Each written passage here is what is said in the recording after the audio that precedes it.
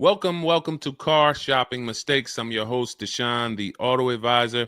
If you are car shopping now, or you will be in the next 3 to 6 months, type me in the comments.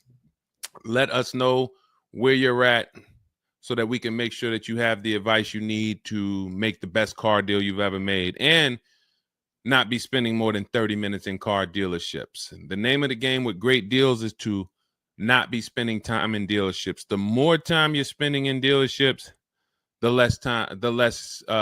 worse deal you're getting. The worst deal you're getting. Valencia, good to see you. Valencia World says she's shopping.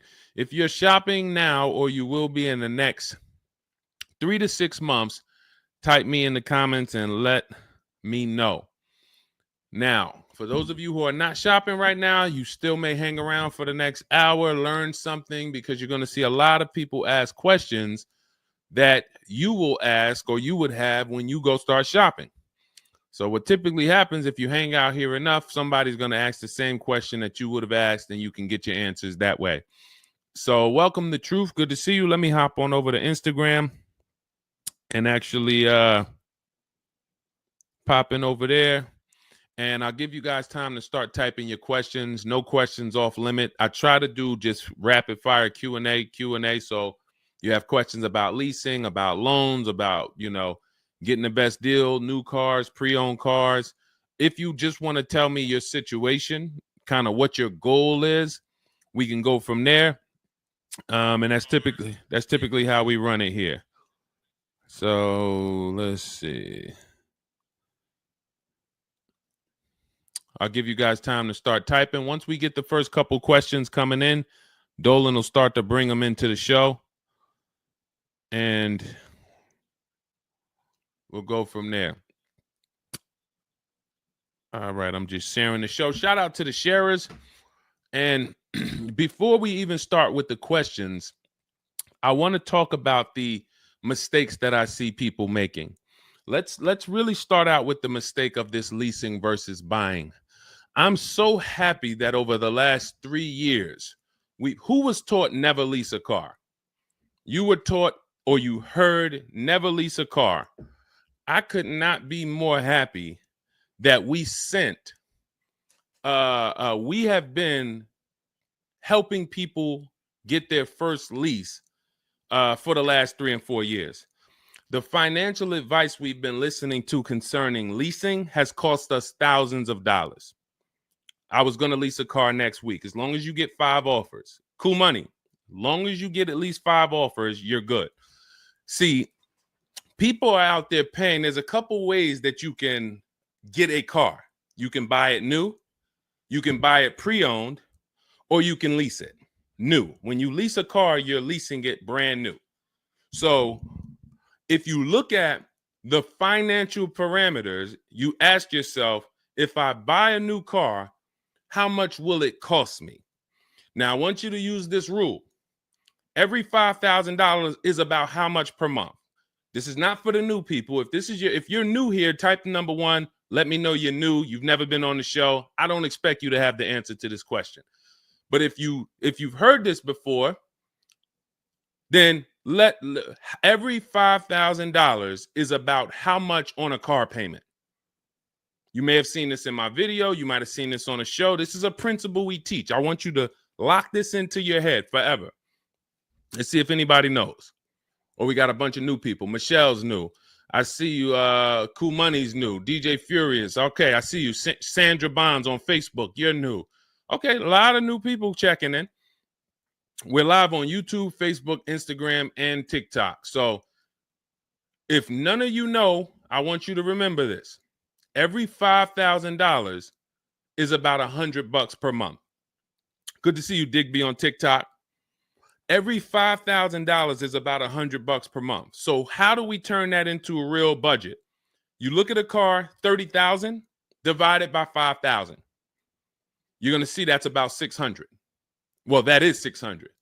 So when you see that a $30,000 car to purchase is $600, if you borrowed that money, now you know about how much that car is going to cost, about how much $600 a month will get you if you purchase. Now, if you lease, $600 a month, depending on the lease deal, could get you a $50,000 car.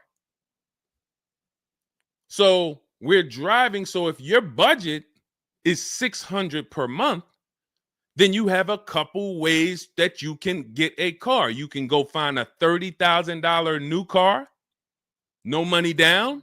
You're at about $600 on a 5-year loan. You can go find a $30,000 used car. You're about $600 on a 5-year loan. Now, for $30,000 used car, maybe it was like $45 when it was new. You get it for $30. Or you can get a $50,000, depending on the lease deal, brand new car that you lease. So let's drive this home. You have people pulling up in cars. They're all paying $600 a month. One of them is driving a brand new $30,000 car. They didn't put any money down. Another one is driving a $30,000 used car. They didn't put any money down. $30,000 car. Another one is driving a $50,000 brand new car. They didn't put any money down. Who's getting the most value? In the short term, it's the person driving the $50,000 new car. It's nothing you can say about that. It's no like, well, it depends. Nope. $50,000 brand new car, $30,000 brand new car, $30,000 used car. The person driving the $50,000 car at $600 a month is getting the most value, hands down. Now, in the long run, where do the people who buy win? That's where we talk about the 8-year rule. That's why if you're buying your cars and you're keeping it 8 years, you should be purchasing, not leasing. 8 years is when you win. So that's where I wanted to start at. Let's start, like, tear down this bad information you've heard and you've believed about leasing. And I see people asking, we got a lot of questions coming in. I see you, Jaguar Music, on Instagram. I see you, Cool Money. I see you, we got quite, I see, hold on. From what I can see, we got like 4 or 5 questions waiting. So Dolan, you could bring in the first one. Type your questions in, anything you want to ask. If you want to ask about leasing, I saw someone asked about bad credit. What about if I have bad credit? What about mileage with leasing? Just start typing those questions. We'll bring them all into the show and we'll get to them one by one. Is that true for someone that went into bankruptcy? Okay, so if you came out of bankruptcy, your goal should be to rebuild your credit as quick as possible. Right now, your credit's blank. You come out of bankruptcy, your credit's blank. You have nothing there, and that's a good thing and a bad thing. It's easy for you to build. I've seen people come out of a bankruptcy and literally they have a 700 score in 1 year. They're going to go get credit cards. Just like if you're 18. If you're 18, you go get credit cards, you don't use them. Pay $15 gas, or you don't have a car yet. You pay $15, $20 a month for something, pay it off. You're going to have a 700 credit score. The more you don't use your credit, the more credit they give you. So when they see that you have the credit, $500 credit card, $1,000 credit card, you're not using it, credit score is high because your utilization is low. So that's what you should be doing. You cannot come out of a bankruptcy, just wipe your credit, and then go into the dealership and be like, okay, now I can get a car. You have no credit history. So the first goal should be, let me rebuild my credit as quick as possible, and you can do this quick. You can do this quick. Follow Shonda Martin. Some of you know Shonda Martin. She's on pretty much every platform we're on right now, and she's Road to 750 plus. Now you got to let me know. Can you wait and build your credit for 3 to 6 months? Can you start to get some type of credit history? Or are you in need of a car right now? In which case you have to get a car with bad credit or no credit. Because if you don't have anything on your history, that's technically no credit, which is bad credit. So, okay, you need something ASAP. Okay, so what you should be doing, and again, if you don't have good credit right now, you should be buying the smallest car you can with the lowest payment. I got into the car business 2006. I was 22. I've been in and around the car business since then. So what is that? Almost 20 years now? The mistakes come from 2 things. You don't know what to do. A lot of the stuff I'm going to say, oh, I didn't know I could sell a lease, Deshone. Oh, I didn't even know I could sell a car if I don't have the title. It's not paid off yet. I thought I had to pay it off to sell it. Deshone, I didn't know every dealer, every, Toyota dealer has a different price. I thought they were all the same price, like the Apple store. All of that is you didn't know. Oh, I didn't know about leasing. I thought it was this. I thought it was that. I had misconceptions. All of this stuff has cost you thousands of dollars. That's you not knowing. The other problem is you know and you don't do, because now I'm going to make sure you know. So once you know, it's your obligation, or it's up to you if you're going to do. So if I have bad credit, I'm looking to rebuild my credit. I need a car right now. First thing I'm doing is asking myself, in my book, Cars from Home, first step is how many years you're going to keep the car. Because we need to determine, are you going to lease or you're going to buy? Are you going to lease or you're going to buy? You don't determine that based on how many miles you drive, or, oh, I'm not. It's the 8-year rule. Are you going to keep the next car 8 years? Who keeps their cars more than 8 years? Type K. Because you're buying what we call keepers. If you're a keeper, Deshone, every car I buy, I'm keeping this thing 8, 10 years, 12 years. When the transmission goes out, I go and get another transmission. I see we got keepers. Shout out to the keepers. Michelle, we got Chantal. Who are the keepers? Sandra Bonds on Facebook. I see you. Where are the keepers at? K Mathis on Instagram. Keepers. These, you should not be thinking about leasing. Who's the keepers? See, we like to make this clear. Lon, I see you. Kara, keeper. All right. You need to be very clear, because people be like, Deshone, you talk about leasing a lot.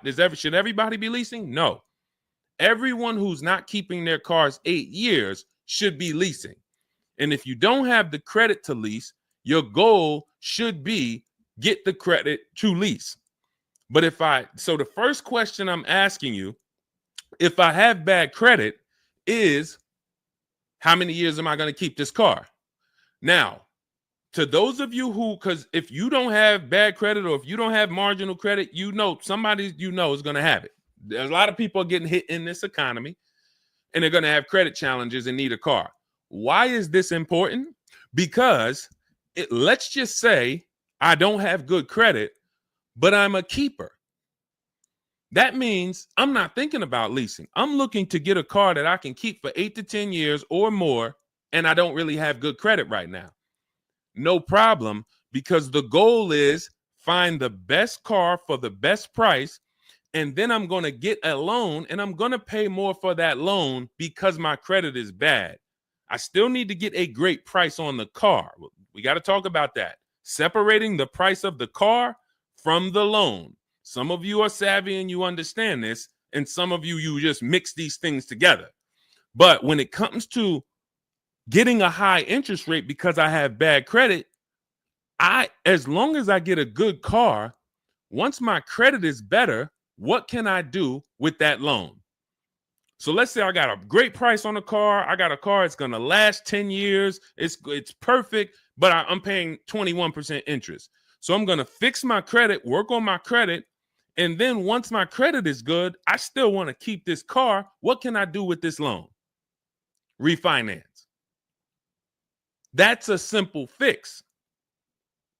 But if you don't realize that you're a keeper, then you're going in and you're getting a bad car. 6 months, a year down the road, 2 years, the car's having problems because you didn't take it seriously that you needed a long-term car. So not only did you mess up the plan because the car is going to start having problems, now I got to see, do I want to fix the car, or do I want to, I got to make the payment, now my payment's due, but then the car's having problems. All of this can be prevented. And you need to know up front what your goal is.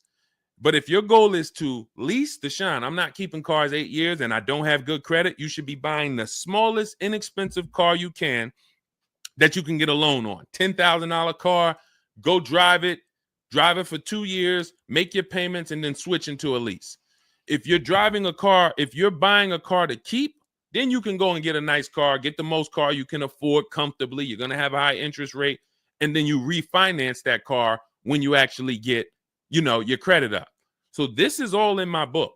My digital book, Cars from Home, breaks all of this down step by step. Whether you have good credit, bad credit, how to know when to lease, how to know when to buy, new car, used car, you drive a lot of miles. I have plans in there for everybody. It's a digital book. It's 5-star rated. Thank you to everybody who went to Goodreads and reviewed the book. You can get a copy of the book. It's normally $97. You can get it as part of my launch offer for 75% off. That's $24. It's for 2 hours. So as long as you get there, go to my TikTok bio, my Instagram bio, the YouTube comments or the Facebook comments, click that link, and you'll see $24 for 2 hours. Once that, as long as you get it before that, you got it for $24 instead of $97. And you can have everything step by step. So you're not worried about, I'm trying to remember all of this. You can watch the replay on YouTube too. But all of this is everything I'm teaching is part of a plan. It's not me winging it. This all comes out of my book. All right, go ahead, Dolan. Bring the next one up. Keep typing your questions. I know we got a lot of questions coming in from all 4 platforms, so Dolan will bring them into the show. Just keep on typing. What is considered marginal credit? Now, this is going to depend on what you're trying to achieve. I like to see all right, who's a homeowner? If you're a homeowner, type me. Now, if you had marginal credit before you bought your home, your realtor or your mortgage person probably told you, go work on your credit and then get your credit to this to get a mortgage. A lot of people do that. They go and they work on their credit, and once their credit is a 640 or 620 or 660 or whatever it is to qualify for the mortgage, they go and get their mortgage. That's how it should be with a car. You want to get yourself, if you have the time, you want to get yourself to about that 660 mark. That 660 mark puts you, and I'm talking, do not use Credit Karma. Do not use Credit Karma. The amount of people who used to come into the dealership we run their credit, it's low 6s, 609, 590. And then they call me back, a couple months down the road. Oh, Deshone, yeah, my credit's better. And then we come in and they're like, yeah, I think it's up to about a 660, 680 now. And then we pull it and it's a 620, 630. And that's Credit Karma. Do not put yourself in a position where you're listening to Credit Karma. Pay. You can go to Google and you can type in, get my FICO scores. You want your FICO scores direct from the credit bureau. If you don't subscribe to a thing that gives you it before you go and make a purchase, you want to know what your FICO score is, not what a Credit Karma score is. But if you have the time, you want to try to get your FICO scores all above the 660, 670 mark. That's going to be in that good category. You can qualify for a lot of leases. Now, if you're in the 650, I want you to think about this. I have something I teach called credit and when it comes to profiles, leasing and credit. It's easier to get a loan to buy a car than it is many times to qualify for a lease. If you got a low 600 credit score, a lot of people will approve you. They're just going to approve you at a higher rate, higher interest rate. With a lease, it can work similar. But sometimes when you're in that low 620, 630, it's very tough to get approved. They're not going to take that much risk, but you may have a strong profile. So when you go into this, it's not black and white, guys. It's not like you can say, if my credit score is this, I'm done. What if your credit score is this, but you have a car payment already you've paid on time? When I worked for Mercedes, I worked for Mercedes for 5 years. We'd have people whose whole life was falling apart, but they never missed a payment on their Mercedes, and they get approved all the time. Everything else is falling apart, behind on the home. But if Mercedes sees you pay them, you got approved. So what I say is a current car. That's why those of you, if you're building to get a lease, if you're building to get a better car, pay that car on time that you have now. Because the best thing you can do is have a history of on-time payments on your car. That means a lot to a bank versus missing the car or putting the payments on the back because you thought that somebody told you could do that and it wouldn't affect your credit. A lot of people learn the hard way. Oh, I thought when I put the payment on the back, it didn't show as late. It does. So we again, I'm here to tell you everything from the inside. I've been helping people for years. We have people all around the country. You know, we'll bring a lot of them into the show. Marguerite, Brian, you know, a lot of the people who write in, Sheree. But we have this. I'm telling you from the inside, not from your perspective. I'm not like the public, and it's like, oh, this guy this guy must have really learned about buying cars because he's teaching. No, I'm from the dealerships. And, you know, if I wasn't doing what I was doing for 10 plus years, that was my job in dealerships, working with people, looking at banks, looking at credit reports, sitting there, seeing people turn down, seeing negative equity. So that's where my solutions for you come from inside. And so I would tell you, try to get to that mid sixes mark. And you'll put yourself out of a manipulation zone. You can qualify for a lot more things. All right, I see you, Michelle. I see you. Kim Randall, good to see you. The Savage Mama checking in. Abdul checking in. Good to see you. Go ahead, Dolan. You can bring up the next one. All right.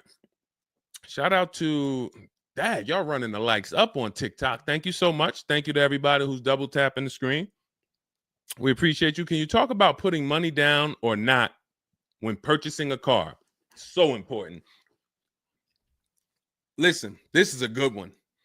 This is a good one. I don't know who asked this question, but this is a good one. Can you talk about putting money down or not when purchasing a car? So here's how you want to make sure your down payment never gets taken if you are purchasing a car. You must separate your monthly payments from the price of the car. You make the mistake sometimes of going in and saying, what's the payments on that car? Who's ever said that? Hit the like button, type me. You ever said, hey, what's the payments like on that car right there? The reason why we don't do that is because you're actually mixing two transactions when you do that. Thank you for being honest. Shout out to the people who are being honest. You're mixing two transactions. You're looking at the price of the car and you're looking at the loan details, which equate to your monthly payment. See, if you pay cash for cars, then you understand you don't care about the payments. You go in, you're trying to find out the out the door price. What is my out the door price from the car for this car? If you're doing it our way, you're doing this from home. Bunch of dealers submitting offers to you. They're out the door offers for this car to your email, bidding war. We'll talk more about that in a little bit. That's the cars from home way. But once you get the out the door price, you then say, all right, that car that I want, $32,000, including all my tax, all my fees, $32,000. I pull up my auto loan calculator. How much is $32,000 on a car payment? Well, 5 years might be around $620 a month. 6 years might be around $550 a month. Okay. Do I want my payment to be that high? If I could afford that payment, do I want my payment to be that high? You see how we've separated the price of the car from our loan and our monthly payments. This has nothing to do, and this is what we call the 3 pillars of great car deals. 3 pillars. You cannot get a great car deal if you're mixing these 3 pillars. First one, who I buy my car from. Second, who I get my loan from. Third, who I give my old car to and sell it to. That's why we don't say trade here. That's a curse word. Forgive me if I even saying it. And if, we get some questions about trade-ins, we'll explain why we don't trade cars. So we have to separate these and bid out each one. You have so many online tools at your disposal that you just don't know how to use yet when it comes to your cars. You know how to use Amazon to go buy a TV.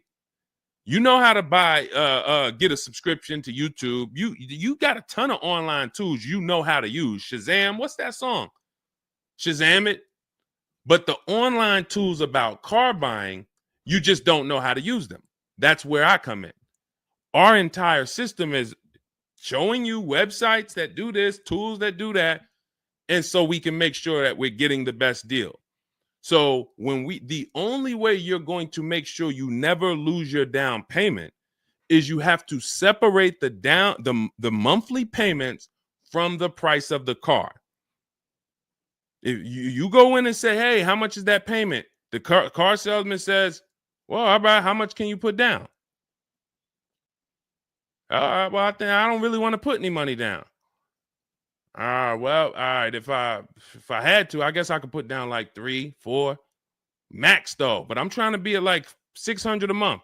You're working your loan out with them. That's a loan. And let me tell you how. Let me show you why you can know you shouldn't be mixing these transactions. There's big money in all of them. There's a ton of people who want to sell you a car. There's a ton of people who want to give you a loan. They don't sell cars. Let me say that one again. There's a ton of people who want to give you a loan. They don't sell cars. They want to compete for your loan. That should tell you there's a lot of money in the loan business. Then there's a ton of people who want to buy your car from you. Your car you have now. You're the one you're like, well, I just normally go trade the car in. Well, how many offers are you getting when you trade the car in? Well, I usually just get the one from whatever the dealer says he's going to pay for me. Okay. So there's a ton of people who want to buy that car from you. They don't care about selling you a car, and they don't care about giving you a loan. So when you buy a car from a dealer and you give them your old car on trade-in and you get your loan from them, you just gave them 3 transactions. You did 3 transactions with them in one. Do you see why it's impossible for you to get a great deal doing that? Type $signs if that makes sense. Who's locked in? Because I know sometimes we only got a couple people that be watching. Some people, man, you're cooking dinner and you're like, I hear you, Deshone. You're not gonna save $5,000, $10,000 like my students, and you're cooking dinner and you're just trying to listen in on the side. Look, you're not gonna get this. Look, person got a Kia $439 a month, $35,000 car. Look, save probably $6,000 off the car. Melissa, $12,000 that she got from Carvana. Let me just read something from people who are locked in, so you can, maybe this will inspire you to get locked in. All right, this is Melissa. 4 days of leasing like a boss. That's our system we follow for getting our leases. Started with a Kia Telluride as first choice. Quotes for 36 months, 15,000 miles a year. Ranged from 642 to 653. Went to a Honda Pilot. Ended up getting quotes as choice B from 616 to 713 after contacting every dealer in North Carolina. She did this from home, right from home. She got after contacting every dealer, the dealer I ended up leasing from originally quoted me 719, came back at 616 in 3 days with 0 due at signing. This is on a, where's her car at? I can't see. Hold on, 616. Oh, that one wasn't clear. All right, here, let me read this one. Thanks so much for these resources. I read the entire book last night. Already been underway trying to put my deal together. What a great book. I have my quotes together, and now I'm ready to take the next step with the calculator. Big fan of your channel and the resources. However, when we shop for 12,000 miles per year, do we adjust to 15,000? So these are people who are taking action on a plan. So when you see the plan, there's going to be different results. If you're out here winging your car process, oh, I hope I did this. Oh, shoot, I thought I watched the Instagram video. They told me don't say that. I shouldn't have told them I had a down payment. You're not going to get it. You're not going to save $5,000 or $10,000 on your car payment, on your car transaction accidentally. You don't just slip into that. So lock in and grab this lesson now. I need to separate my transactions. Who I buy my car from is one transaction. I'm going to bid it out. I'm going to give a bunch of people an opportunity to sell me this car. If I'm looking at a used Toyota Camry, I want to see every Toyota Camry within 150 miles, and I'm going to narrow it down, and I'm going to pick the best one, independent of my loan. My loan is a whole nother story, because when I shop for my loan, I'm going to do the bank bidding war where I can have multiple people. I don't even want to mention that without telling you about it, because it's like, whoa, what's the bank bidding war, Deshone? Okay, so you can have multiple banks and credit unions compete for your interest rate in a small period of time, and it's going to weigh on your credit score like one hard inquiry. Like one hard inquiry. Mamba Mentality, I love the name. I love the name. Why can't I do a super chat? I don't know. Yinka, good to see you on Facebook. IB Johnson. On one hard inquiry. So let's just say, and so when you get your loan, how do we know that 5.2% interest rate was the best? How do you know that the 7.1 interest rate was the best if you have no other offers? And what we've been used to is we're just going to go with our bank. We're going to go with our credit union. We're going to go with the dealer's bank. Why? We're going to make these people compete. And when you do this, when you do it this way, you can have people compete in a short period of time and get multiple offers on your loan without it affecting your credit score. But it has to be done in a small window of time. Now, if you Google it, rate shopping, it'll say between 14 days and 45 days. You do it our way, it's going to take you 48 hours. And you don't do this until after you find your car. After you find your car is when you do a hard inquiry. You let these banks and credit unions compete for your loan. And again, you notice I've already found my car. I already got the best price on that car right there at ABC Motors. I got that thing on hold. Don't pick up the car the same day. As much as they're going to ask you, hey, you want to take it home today? You want to take it home today? No. If I take it home today, when do I have time to go shop my interest rates? I'm not taking it home today, but let me get my buyer's order with my numbers on it. Let me go home and let me actually do my shopping for my loan and my interest from home. And then if you can actually beat that rate, it's a competition. But because you didn't know that you could let multiple banks do this in a short period of time, you're only going to your bank. You coming back with a 6.49. Well, I guess that's good. What if somebody could get you a 5.49? Do you know how much a difference between a 5.49 and a 6.49 is on a loan? Could be $1,200. This is why we're getting all the money. So again, all of this is in my book, digital book, Cars from Home. You don't have to wait for it to come in the mail. You can have it by the end of the show. It's in my TikTok bio, Instagram bio, Facebook comments, and YouTube comments. Normally $97, but you can get it as part of our welcome offer for $24. As long as you get there before the 2 hours is up, you get it for 75% off. It'll have everything in there. That is the bank bidding war.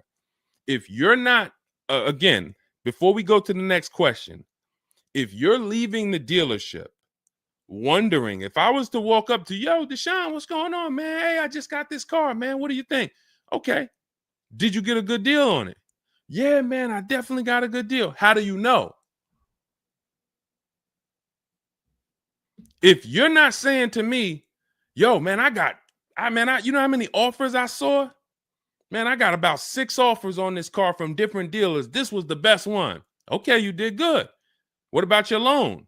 No, man, listen, my bank competed, credit union competed. The dealership told me none of their banks could beat what my bank gave me. Congratulations, man. You got a great deal. But if you don't have that same confidence, you did not get a great deal. And now you're driving in a $30,000 car, $50,000 car, and you don't have the confidence that you actually didn't leave thousands of dollars in these dealerships. This is crazy. And when you get mad and stop accepting it, you'll listen to what we're telling you to do. If you think you deserve that abuse, then you're going to keep doing the same thing. That's why you got to unlearn. Okay? So separate your transactions. Who I buy my car from, I'm getting multiple offers for. Who I get my loan from, I'm getting multiple offers. Who I sell my old car to, I'm getting multiple offers. And with the internet, I can do all of this right from my house. Right here. All right. That's the Cars from Home way. Let's go, Dolan. All right. Keep typing your questions. I see you, Mamba Mentality. I see Mamba Mentality got a lot of questions. Samante Love, good to see you. Jay Bass, good to see you. Yep, Jay Bass. Separate transactions. Exactly. D So Chill on TikTok, good to see you. Lisa on TikTok, good to see you. Hector Ruiz, thank you, Hector Ruiz. Shout out to the sharers. Shout out to the sharers. I always got to take time to shout out the sharers. We can't do this without you. All right, how can I schedule a consultation with you? Also, does it make sense to lease a pre-owned vehicle? So let me answer the bigger part of the question first. Most leases are going to be brand new. There's only been a few manufacturers that have tried to do a pre-owned lease program. Lexus tried it. BMW's tried it. And there's certain brands that can technically lease a used car. The reason why I don't like it is because it's not enough of a wide stream. It's not enough of a mainstream program to create competition. And if you can't create competition, then you don't know if you're getting a good deal. If you walk in to lease a brand new car and you're walking in and again, we don't do this. We never sit down in a dealership. We're there to test drive only. We're never talking numbers. But if you are doing it the old way, you're going to go in and then you're going to get a bad lease deal presented to you. And they'll say, well, I could lease you this 3-year-old one and it'll save you like $150 a month. How do I know that's a good deal? It might be affordable. And sometimes you confuse affordable with a good deal. It's not a good deal because you could afford it. I want to let that sink in. We confuse, you know how many people I watch get a horrible deal, but they go home and they're like, yo, man, they got me to my payment.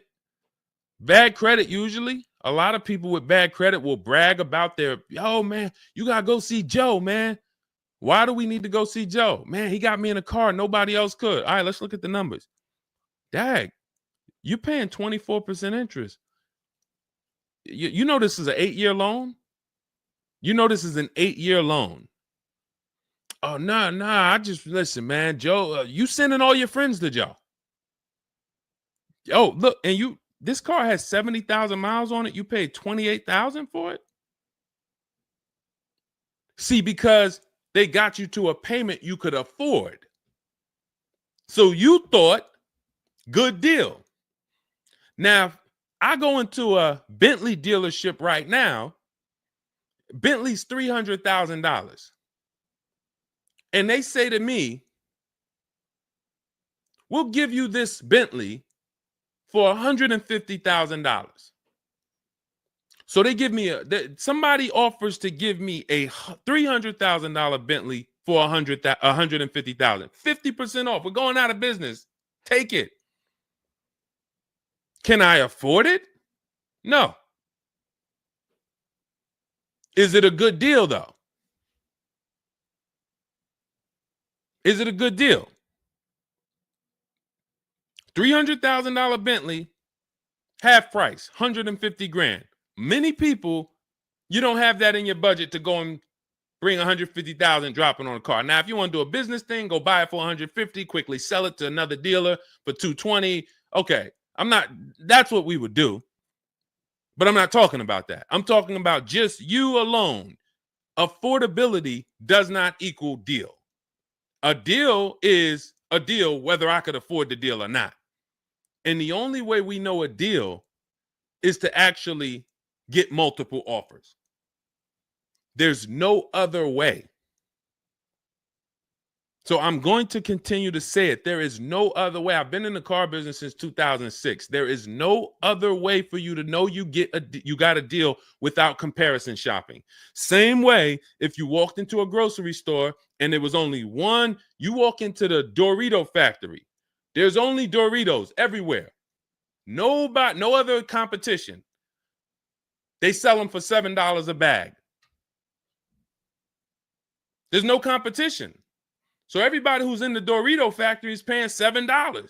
But when they go in the supermarket, Doritos competing against Lay's, competing against Wise. Oh, you can't be $7, Dorito. You might have to be $4 this week. You might have to be on sale this week for $2.99. Competition. It's everything else.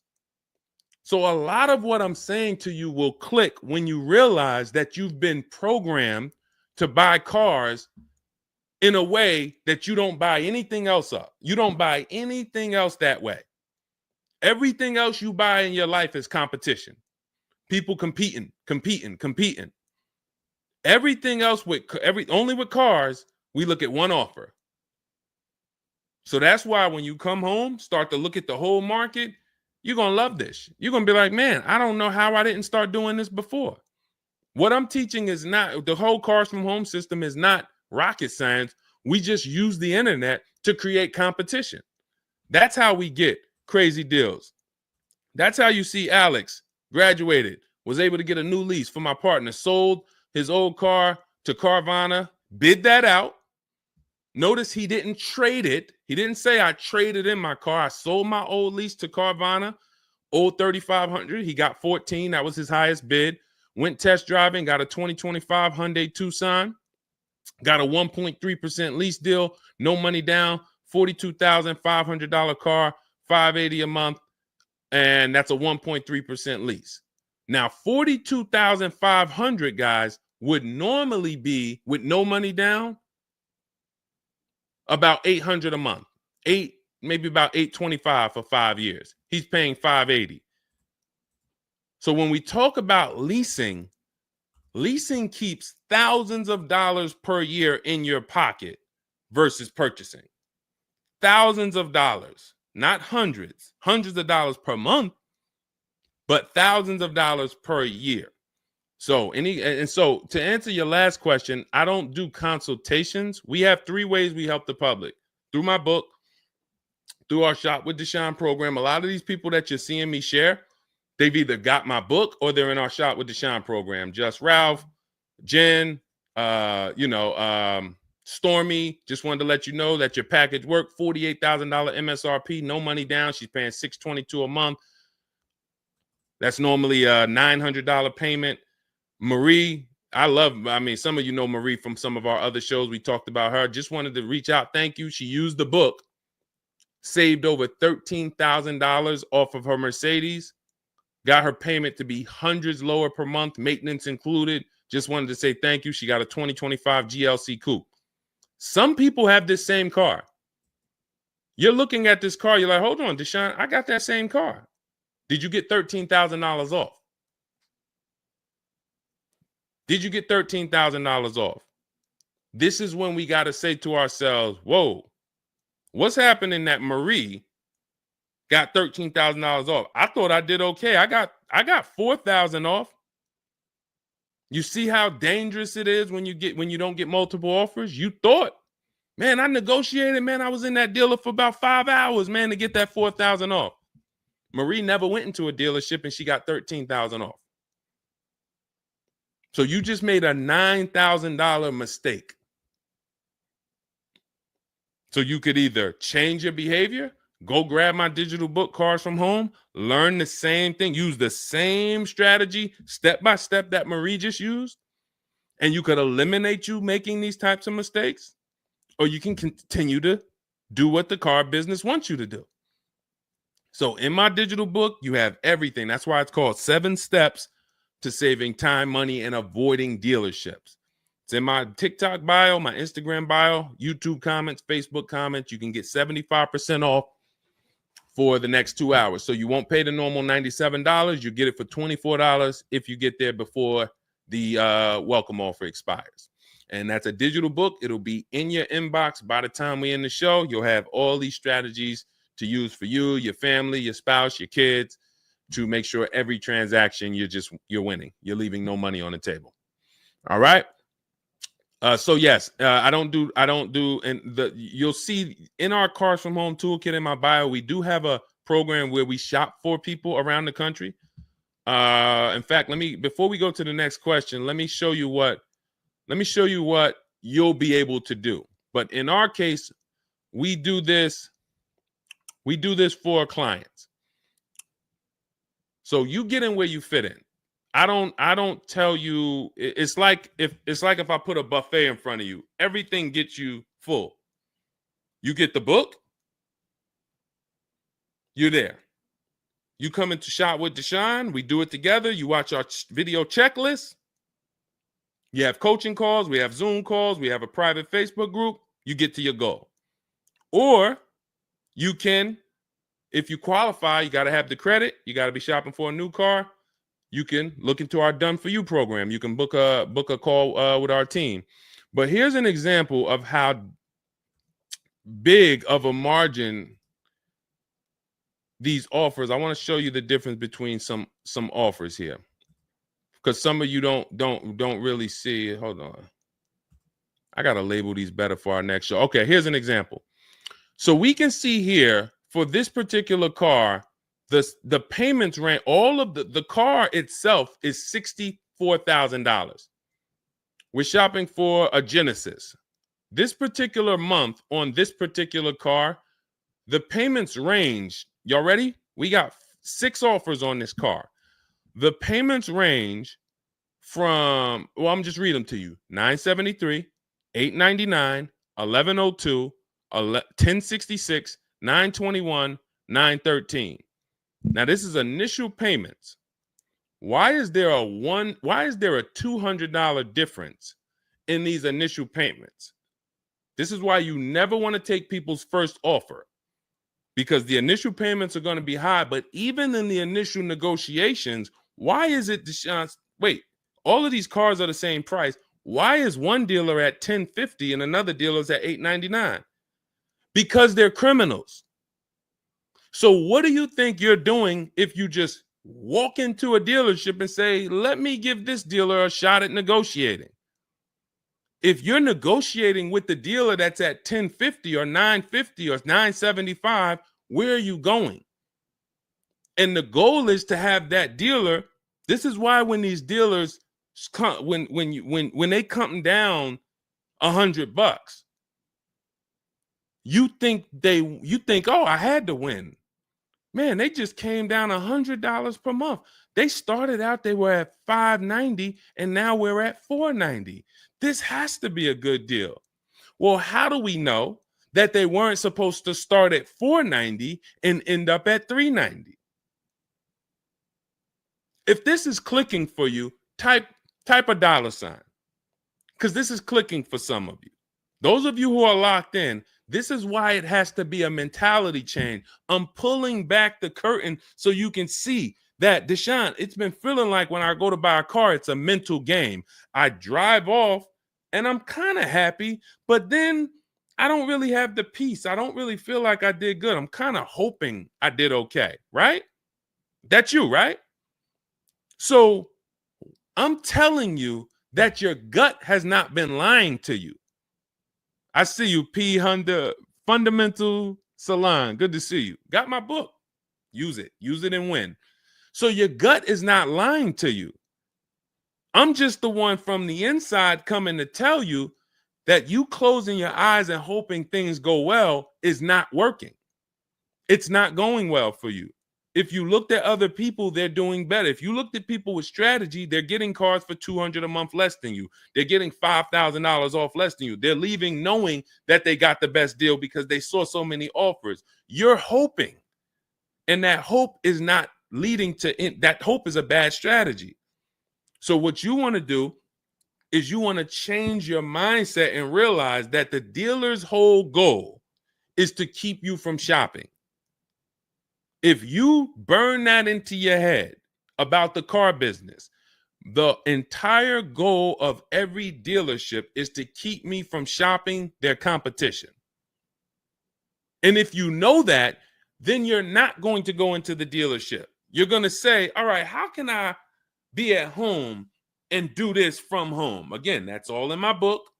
But even if you want to make calls, there's some people, you've been on to this since 4 years ago, 10 years ago. You're like, Deshone, man, I knew, man, I don't go into those dealerships. I call around, I'm going to get me a bunch of offers. And by the time I get there, that's when I'm picking up my car. You've been on to this truth for a long time. Some of you, I'm not telling anything new. Some of you, you're like, whoa, I didn't know that really. I thought that it was all about going in and just negotiating. No, because 80% of dealers are never going to give you what we call a below market deal because they got too many other people walking in that's willing to pay a higher price. So you have to find the dealer who is going to give you that low payment out of the whole market. That's why this is a bidding war. And when you start to do this, you're going to be like, yo, why does it seem like this is kind of fun now? I kind of enjoy this. Is like a game. And you're the prize. So instead of feeling like you're begging, oh, come on, can you do another $500 off? Come on, man. I'm only asking. Get me from 520 to 499, man. You're begging. So instead of begging, you got people now competing for you. Whole different story. That's what we want. That's the transformation we want for you today. All right, let's go. Dolan, next question. All right, Fundamental Salon, I see you. I see you, Jay Bass. I see you, Randall Pine Straw. You got the number 3 gifted badge. Thank you. Y'all lighting up the lights on TikTok. Thank you so much, Monica 9300, BKS Aggie, Timothy Garces, Drew Saberton reposted the broadcast. Thank you so much. Shout out to everybody sharing this. What about military personnel? What's the question? Just rewrite that question because I don't know. What's the question? I know what about military personnel. I don't know. Are you asking about military rebates? I don't know. So just kind of give me a full question, and then I'll be able to give you a better answer. Hello, I'm planning on purchasing a 2025 Escalade. Any negotiation between the MSRP and the invoice? Of course. Now, if you walk into a dealer and you say something like that, what is the dealer going to say? So let me ask everybody who's watching. We're live on Facebook, TikTok, Instagram, and YouTube. If this person casually walked into the dealer and said, hey, is there any negotiation between the MSRP and the invoice? What do we think a smart dealer is going to say? Not an honest dealer, a smart one. Thank you, Sassy. No. No. And you know what's crazy? They're going to say it in a way that makes you believe it. So if I put my car salesman hat on and I switched it to kind of for myself, this is what it would sound like. Or is there any negotiation between MSRP and invoice? Not really. On these cars, I mean, we don't even have a lot of them. A lot of people are trying to get them now because the tariffs are about to hit. And even though this is an American-made car, some of these parts, they're produced in Mexico. So there's not, we really like to, a lot of dealers are selling them over MSRP. In 10 seconds, I just took you to, whoa, but can I get MSRP though? See, that's why I'm never training you to go in and negotiate with people that negotiate every day, 3 times a day for the last 10 years. You're just not going to be a match. You might negotiate office furniture. Yo, Deshone, I do office furniture. A car salesman couldn't come in and negotiate with you on office furniture. But you can't go into a car sale and negotiate with car salesmen because, again, the psychology, we just know every question to ask, everything to say. It's a mind. And so some people use it for good and some people use it for evil. And so how do we find out what the discount is on the Escalade? We talk to multiple Cadillac dealers. Now, if you're doing it our way, in my book, I have scripts that I wrote for you. It's all by email. So there's a reason that people can actually go in, use this book, use these scripts, and come out with great deals. This is Trey. Trey got 3 cars using our system. He says, my son was in the market in 2025. He just got a 2025 Blazer. He said, I started sending emails in the wee hours of Tuesday morning. So those are email scripts that I wrote. They're in my book. You have access to them when you get my book. You're using all my scripts. We're not talking.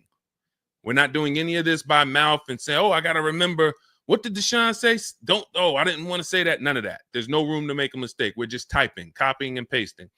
He says, emailed 25 to 30 dealerships, got 8 offers, closed the deal in 2 days. 2 days. So some of you, you're like, Deshone, I need a car in like 2 weeks. No problem. Trey got his in 2 days. So once you start this process of engaging with the dealers, you'll get a car in 3-4 days if you're slow, because that's the way it's set up. So he gets a $56,000 car. He closed the lease at $560 a month on this Blazer electric vehicle. $560 a month, first month's payment due at signing. That is a $56,000 car. And he's gotten 3 cars. He said his first one with our system was 2.5 years ago. He leased another vehicle for his daughter last October, and now he just got his son's lease. 1.5% lease, a 1.33% lease for his daughter, and a 1% lease for his son. So if you're doing it our way, you're sitting at home, you're getting multiple Cadillac dealers to compete by email, and then you're going to see, oh, this one's going to take off $2,000. This one's going to take off $5,000. These 4 are taking off nothing. This one, he's charging $3,000 over the list price. Oh, here's the winner. They're taking off $5,000. That's the best offer. Now, sometimes you get a deal like Sean, and we never know when the bottom is. And let's take this Genesis. Perfect example. This is a 2025 Genesis GV80. As you can see right here in writing, if you're on TikTok, you can't see, but if you're on Facebook, YouTube, or Instagram, you can see. You can see, let me just take that comment down real quick, Dolan, so I can show the discount at the bottom of that sheet, please. Just snatch that just for 1 second. Look at that. $8,469 off retail price. Brand new 2025. Okay, you could put it back up, Dolan. Thank you. So when you look at that, this is the lowest offer of multiple offers. Maybe $8,500 is the best discount on this particular vehicle. But when we go to Sean, let's go to Sean. F-150 Lightning XLT, $73,000 vehicle. What's his discount? $21,000. Look at the dealer discount and look at the rebates. And every dealer is not going to tell you the rebates. Some dealers will not be honest with you about the rebates. They'll hold some of them or they'll hold all of them. When he got all his offers, he saved $21,000 off the price of the car. So how do we determine, to answer your question about the Cadillac Escalade, what's the discount between MSRP and invoice? We don't know. Could be the best discount could be $3,000. The best discount could be $5,000, could be $10,000, $12,000. We don't know. And because you don't know, you cannot negotiate. If you knew that the best discount you could get on a Cadillac Escalade was $8,000, you knew that, then it would be easy to negotiate. I'm just going to go on. All right, man, come on. You're at $6,000. Nah, man, I want another $1,000 at least. I'll let you keep the last $1,000, but you got to get me to $7,000 because you know the bottom, $8,000. No car that we go in to get do we ever know what the bottom is. So what you're doing is you're feeling for the bottom. But if Sean thought $10,000 off was the bottom for his F-150 Lightning, then he wouldn't have got $21,000 off. That's the danger. So when I say to you, you're leaving $3,000, $5,000, $7,000 on the table, you can't say to me, Deshone, no, I'm not. Because I get so many offers, man. I know I'm not leaving money on the table. You don't know you're leaving money on the table. I got $8,000 off my Infiniti truck I got when I leased it.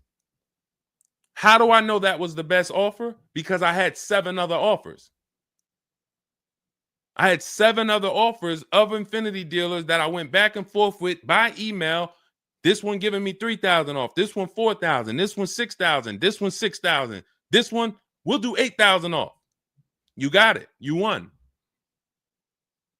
Took me 60 minutes. This is where I want you to get new cars, used cars. You're making your deals from home. You're the prize. You're going into the dealership to pick up your car, man. They like, man, you sell cars? How'd you was like quick, man, that you kind of knew what this was quick. Car salesmen going to love you because you didn't waste their time. You didn't tie up 8 hours of their time. They're making deals with you in 20 minutes, 30 minutes. It's great for everybody, but it's mainly great for you. That's what we want. Okay, all of this is in my digital book, Cars from Home, 7 Steps to Saving Time, Money, and Avoiding Dealerships. It's not a mail book. It's a book. You can have it in your inbox in the next 5 minutes. Normally $97, but as part of our welcome offer, you can go to my TikTok bio, Instagram bio, click those links. You can go to the Facebook comments or the YouTube comments. Dolan has a link for you guys. You get 75% off. That's $24, but it's only for 2 hours. Now, if you visited earlier, some of you, I did a show, my last show, you might have visited the link and you missed the countdown. You'll see it's gone. So you want to make sure when you actually go there, even if you come back in a couple minutes, don't let that timer hit 0. Book's still worth $97. You saw Marie, she saved $13,000. So I think if Marie, if she was on the show, she would say, look, even if you missed the $24, get that book. Save me $13,000 off my price. All right.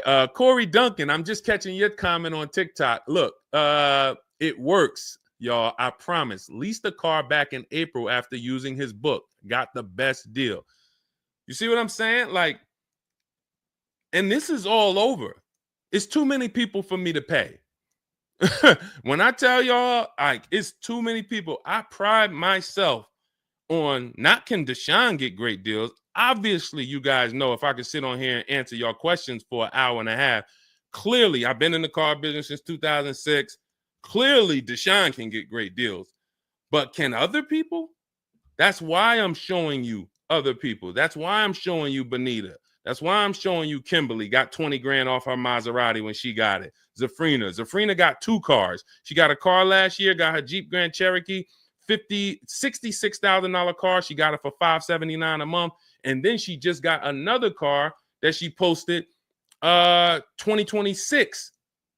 Not even a 2025. 2026s. They ain't even out yet. She got a Kia or just came out recently. Kia EV6, $76,000 vehicle. She got it for $742 a month. She leased it. Now let me just do some math for you real quick on how crazy a deal that is that Zafrina got on her second car. The first one's crazy too. They're both crazy.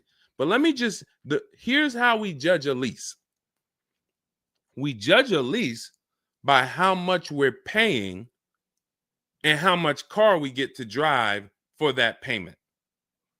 So the reason I created the 1.5% rule is for you to know you're paying too much money for a car you're giving back. The 1.5% rule tells us if we divide the monthly payment into the MSRP with no money down, it creates a percentage. And if that percentage is over 1.5 for 12,000 miles per year, we're paying too much. It's no value there. It's a bad value lease. Let's look at Zafrina's deal that she just got. She's paying $742 a month, and she got a $76,000 car. So let's say, go into our calculator, $742 a month, 36 months.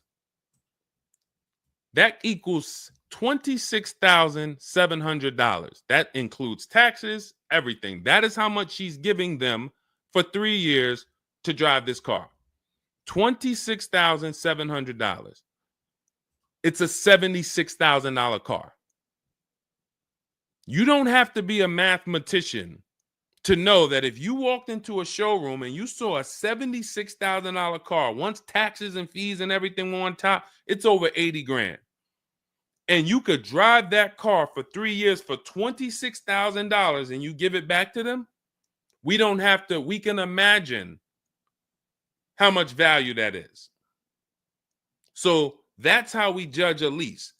And the more I pay, the more I have to look at, okay, is this a good lease deal? Is it a great lease deal? Is it a steal? Zafrina got a steal. Anything 1% or lower, it's a steal.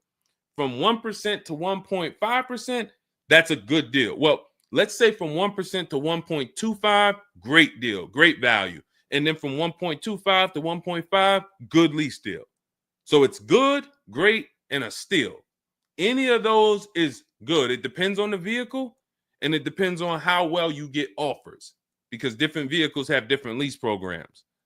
But once we get, you don't walk into a dealership and say, hey, get me the 1.25 or get me the one. You don't do that. You got to see what the best offer gets you. But this is where you want to be at. Empowered shopping. Okay. Thanks, Randall. I'm working on my lease deal now from the book. Way to go. Way to go. All right, Dolan, go ahead. Pull up the next one. I'm going to take a sip of water. I see we still got a lot of questions to get to. Let's go.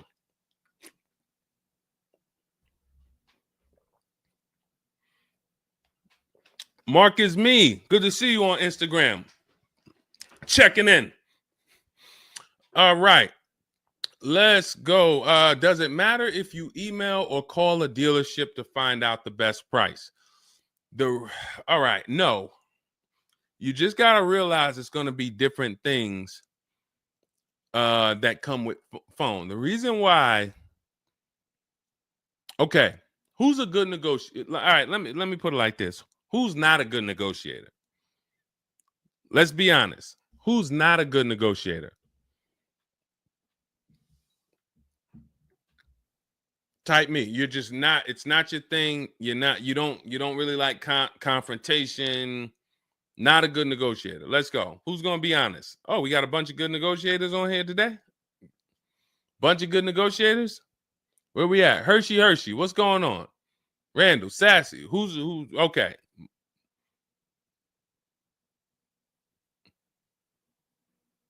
Okay. Couple people that want to be honest. Everyone else is a great negotiator. You need that to get on the phone. In order to get on the phone, you need to be a good negotiator. You need to be quick with your words. You need to be, and that's what's going to happen when you're calling to get deals. Now, if you're calling to get deals, you just need to be able to know exactly what information to give and what information not to give. So let's just say you call in and you're trying to get an offer, and somebody says, "Hey, wait, I need your credit." Okay, are you gonna say, "Well, no, actually, the people who I've been working with, they haven't been asking for credit. Just assume tier 1," or are you gonna, fumble through that? And if you so this is what you're going to get. That's why I say if you're calling, you could try asking for sales managers. But the reason why email far exceeds getting the offers by phone. Now, look, getting the offers by phone is way better than walking in. But if you get the offers by phone, you still have to you have to try to lock down who the good dealer is, because you're not going to really have anything in writing. And that could be a problem. That could be a problem, because whenever you're going in and you're thinking this, that's why everything we do is from home. Your credit app is done from home. If I'm talking to somebody on the phone and I feel like I done talked to maybe 8 dealers, I got 5 offers, and one guy, Matt over at, that dealership it feel like he's being honest. He's giving me the offer. He told me this is what your payment's going to be. It includes taxes. It includes everything. Or this is what I'll sell you the car for out the door. Okay, I'm doing the credit app online because I want all of that firmed up before I get there. I have a video we're going to put out soon about a dealer who we just experienced this shopping for a client, where the dealer put something in writing. And then when we did the credit app, or the client did the credit app, changed the offer. So when they changed the offer, that means they didn't want to do that offer to begin with. Oh, no, they didn't change the offer. They said the car was sold.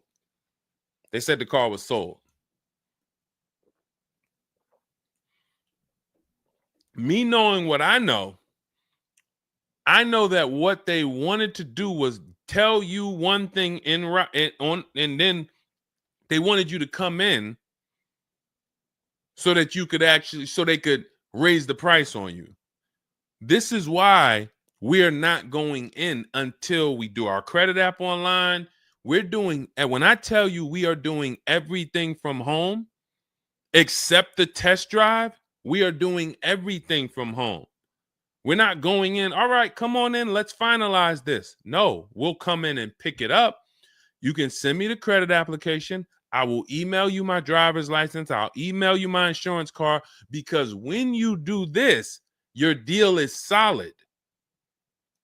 If you're going in the dealer to finalize your transaction, the deal is actually not solid. The deal can be changed. And what you'll see sometimes, like in this video we're going to post, is once they find out they can't get you to come in to actually change the price, that's when they're going to start changing the tune. That's when things are going to change. And you know, okay, I see what you were trying to do. You were trying to get me in there so that you could change the price on me. So that's why email is really the gospel when it comes to us. And another thing, you don't have to talk to anybody. You don't have to remember what you're going to say. What's up, Robert Ishel? You don't have to remember what you're going to say. You don't have to worry about saying the wrong thing. When you're doing this by email, especially when you're using our stuff, if you have my book, my digital book, everything's in there. The scripts are in there. When they say, when can you come in? We have a script. When they say, hey, we only give quotes on for people who are in here, we have a script. When they say, hey, I don't have this car, but I might be able to get it for you. Are you open to that? We have a script for that. Everything, we have probably 50, 60 scripts. Everything they're going to say. So that allows us to have conversation by email. We're not just emailing. We're having, Marcus Me asked, I see a question about warranties. I got you. Hang on. Mark, we're not just emailing. We're having conversations by email. Big difference. Conversations by email move things forward. Oh, we can't do this. Oh, how about this? Hey, it's a back and forth. That's why our scripts are so powerful, and they move things forward and they keep it on your agenda. So again, me, myself, I could do it either way. If I was doing one car deal, I could call around. I'll ask for sales managers. I'll talk to the sales manager. I'll try to get a car deal done. But it's the transferring of information, and this doesn't work on a used car. So this only works on new cars. So if I was buying a used car, it's a whole different system. But another reason this isn't effective. What's up, Smitty? Hopping in on TikTok. Another reason that's not effective. Again, better than you walking in. I'm just being straight up with you. If you told me is that better than me walking in? 100%. Get on the phone.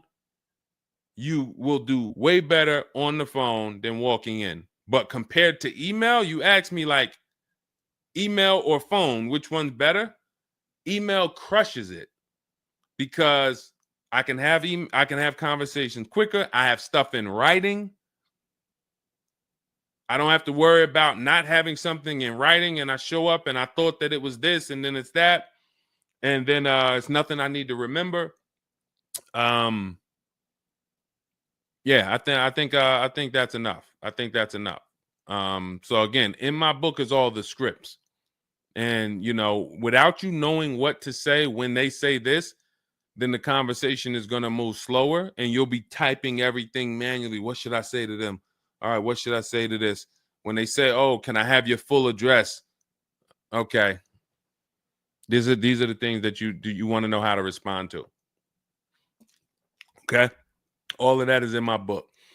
But again, either way is better than walking into the dealerships. Walking into the dealerships is where you're going to lose. All right, go ahead. Next question. Kevin Carroll, Jamie Rodriguez. Good to see you. How do we apply for a soft credit pre-approval? You have to find a bank or a credit union that does it. If your bank or credit union should be the first people you ask, can you get a soft credit pull pre-approval? Because the soft credit pull pre-approval doesn't start the rate clock, doesn't start first of all, the rate clock starts at the hard credit pull, which means your credit bureau, Equifax, Experian, TransUnion, they're looking now and saying, okay, you have a certain period of time where you can do more of these to actually get different rates. But once that period of time closes, we're going to update your credit score. So let's just say you get that hard inquiry, and when it closes, your credit score drops 10 points. Okay. Had you gotten 3, it would have dropped 10 points. In that window, same 10 points. But if you let the window close, then you go and get another hard pull. When the next window closes, it's another 10 points. That's why we don't want to be moving like that. We don't want multiple hard pulls in a spaced out period of time. So you want soft credit pull, and if your bank or credit union doesn't do it, go to Google. Go to Google, type in soft credit pull pre-approvals. Find a bank that does it, because all you want to do is put your budget together. This might not be who you get a loan from. It's just for you to put your budget together. And if you've ever bought a house or you got a mortgage, you'll see, all right, you might pre-approve me for, 4.25 interest rate. And then once I go to get my loan or my mortgage, it might go to 4.3. It might go to 4.6. It doesn't matter. This is just to budget. You need something so that you can know how much you can spend. That's the purpose of the pre-approval. So it's no reason for you to ever give a hard credit pull. You are much better off just using the rule of every 5,000 is about $100 per month. Burn that into your head. Every 5,000 is about $100 per month. So that means when I'm looking at this $30,000 car, that's $600 a month for 5 years. What if I want it to be $500 a month? Then I need to, instead of taking out a loan for $30,000, I need to take out a loan for $25,000, which means I got to put $5,000 down. But if I'm taking out a loan for $30,000, it's going to be about $600 per month on a 5-year loan. You could go to 6 and it'll drop it a little. For 6, it'll drop it another, But if you don't have that rule of 5,000 in your head, you're too off in your budgeting. You need to have some type of anchor to what this car should cost me. If I'm looking at a $50,000 brand new car, I don't want to be able to, give me the $600 a month on that. Wait, Deshone already told me every 5,000 is $100 per month. How am I looking at a $50,000 car and saying get me the 600 on that? Just divide 50,000 by 500. You're gonna see, oh, that's 1,000. This thing costs 1,000 a month on a 5-year loan. Yes. No money down. Yes. This keeps you from getting in trouble. This keeps you from leaving out the dealership with a 9-year loan. You're at your payment, but your loan is for daggone. It's like if you might not know, it's there's 50-year mortgages. Who would take a 50-year mortgage? Anybody? Anybody volunteering for a 50-year mortgage? Any takers? I didn't think so. No. Why? If you went into a house, $500,000 house, and they said your payment is this for 30 years, but if you take a 50-year mortgage, it drops to this. Nobody on here would be like, okay, yeah, give me the 50-year mortgage.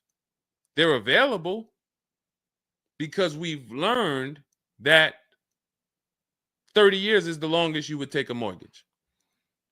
And that needs to be 72 months with cars. That's why I tell you 72 months should be the longest you ever consider for a car loan. And if you go in with these parameters, nobody can take advantage of you. All right. All right, let's go. We'll wrap in a car. We're almost done. I say let's go. I see we got maybe one or two more questions. We'll see. For lease, I can only go through the dealership finance department. We'll bring that one in next. I see you. I see you on TikTok. Anita, I see you. What's going on? Warranty extensions worth it? Oh, you mean extended warranties? Okay. Are extended warranties worth it? Depends on the car. If you with warranties, you're asking yourself, what's the odds that things are going to break on this car? And then how expensive are they to fix? And this is why when we get cars, we do something in step 4 of my book. There's a 5-minute process we do. It's a Google check where we check reliability. Every car you look at, you should be typing into Google 2025 this reliability. If you're buying a used car, you should be typing in 2023 Kia K5 reliability. And then you skim those articles. Thank you, Renee Cunningham. You skim those articles, and then you see, what are the third parties saying about this car? Are they saying the reliability is less than normal or less than average? There's tons of people who were in love with a car, and then they do this 5-minute exercise and they see owners are reporting electrical issues with the car, software problems with the car. Owners are complaining about the infotainment system in the car. So this is what we call bad DNA. This is not something that when we buy used cars, you'll see in my book and you'll hear me talk about on the show. We screen down used cars with title history, service records, accident history. That's how we make sure it's a quality used car. Title, service records, accident history. But you could put all those things together, and if you got a car with bad DNA, it has electrical problems, none of that will fix it. So, Deshone, I did that whole search you told me, man. I did everything. I narrowed it down. I got a good car. I got the best price. But, man, the car is giving me problems. You skipped step 4. You didn't do that Google search I told you to do, right? No, I didn't, man. I didn't do it, man. I skipped that. That right there, now you got a great deal on a bad car. So the things I'm telling you to do take 5 minutes. Nothing that I have talked about on this stream takes 2 hours or 1 hour or 45 minutes. Shoot, I have my car in 60 minutes. I do the whole process in 60 minutes. So not one thing I have told you takes more than 15 to 20 minutes at a time. So this is a 5-minute exercise concerning this question somebody asks, are extended warranties worth it? So extended warranties cannot fix a car with bad DNA. You want to skip that. So once you find out, okay, I got a car. For example, there's certain Nissans, when you pull them up, you do you're going to type in the year, the make, the model, longevity. Going back to the keepers. Everybody who answered earlier, they're a keeper. You buy your cars, you keep them more than 8 years, type K for keeper. You don't lease. I don't want you thinking about leasing. But if you're keeping, you need to think about warranties. Just like people who lease don't need to think about warranties for the most part, unless they're a high mileage driver, they're getting a high mileage lease, they're not thinking about warranties. So if you're a keeper, you're thinking about warranty, which means you need to look at longevity. There are certain cars you're going to type in, do this exercise, type in the year, make, model, and the word longevity to Google, and you're going to see this car, owners report transmission problems between 90 and 110,000 miles. There's nothing you can do to change that car's DNA. Nothing. So yes, you can get one with good service records, good accident history, good title history. Nothing you can do to change the fact that that car has transmission problems from 90 to 110,000 miles.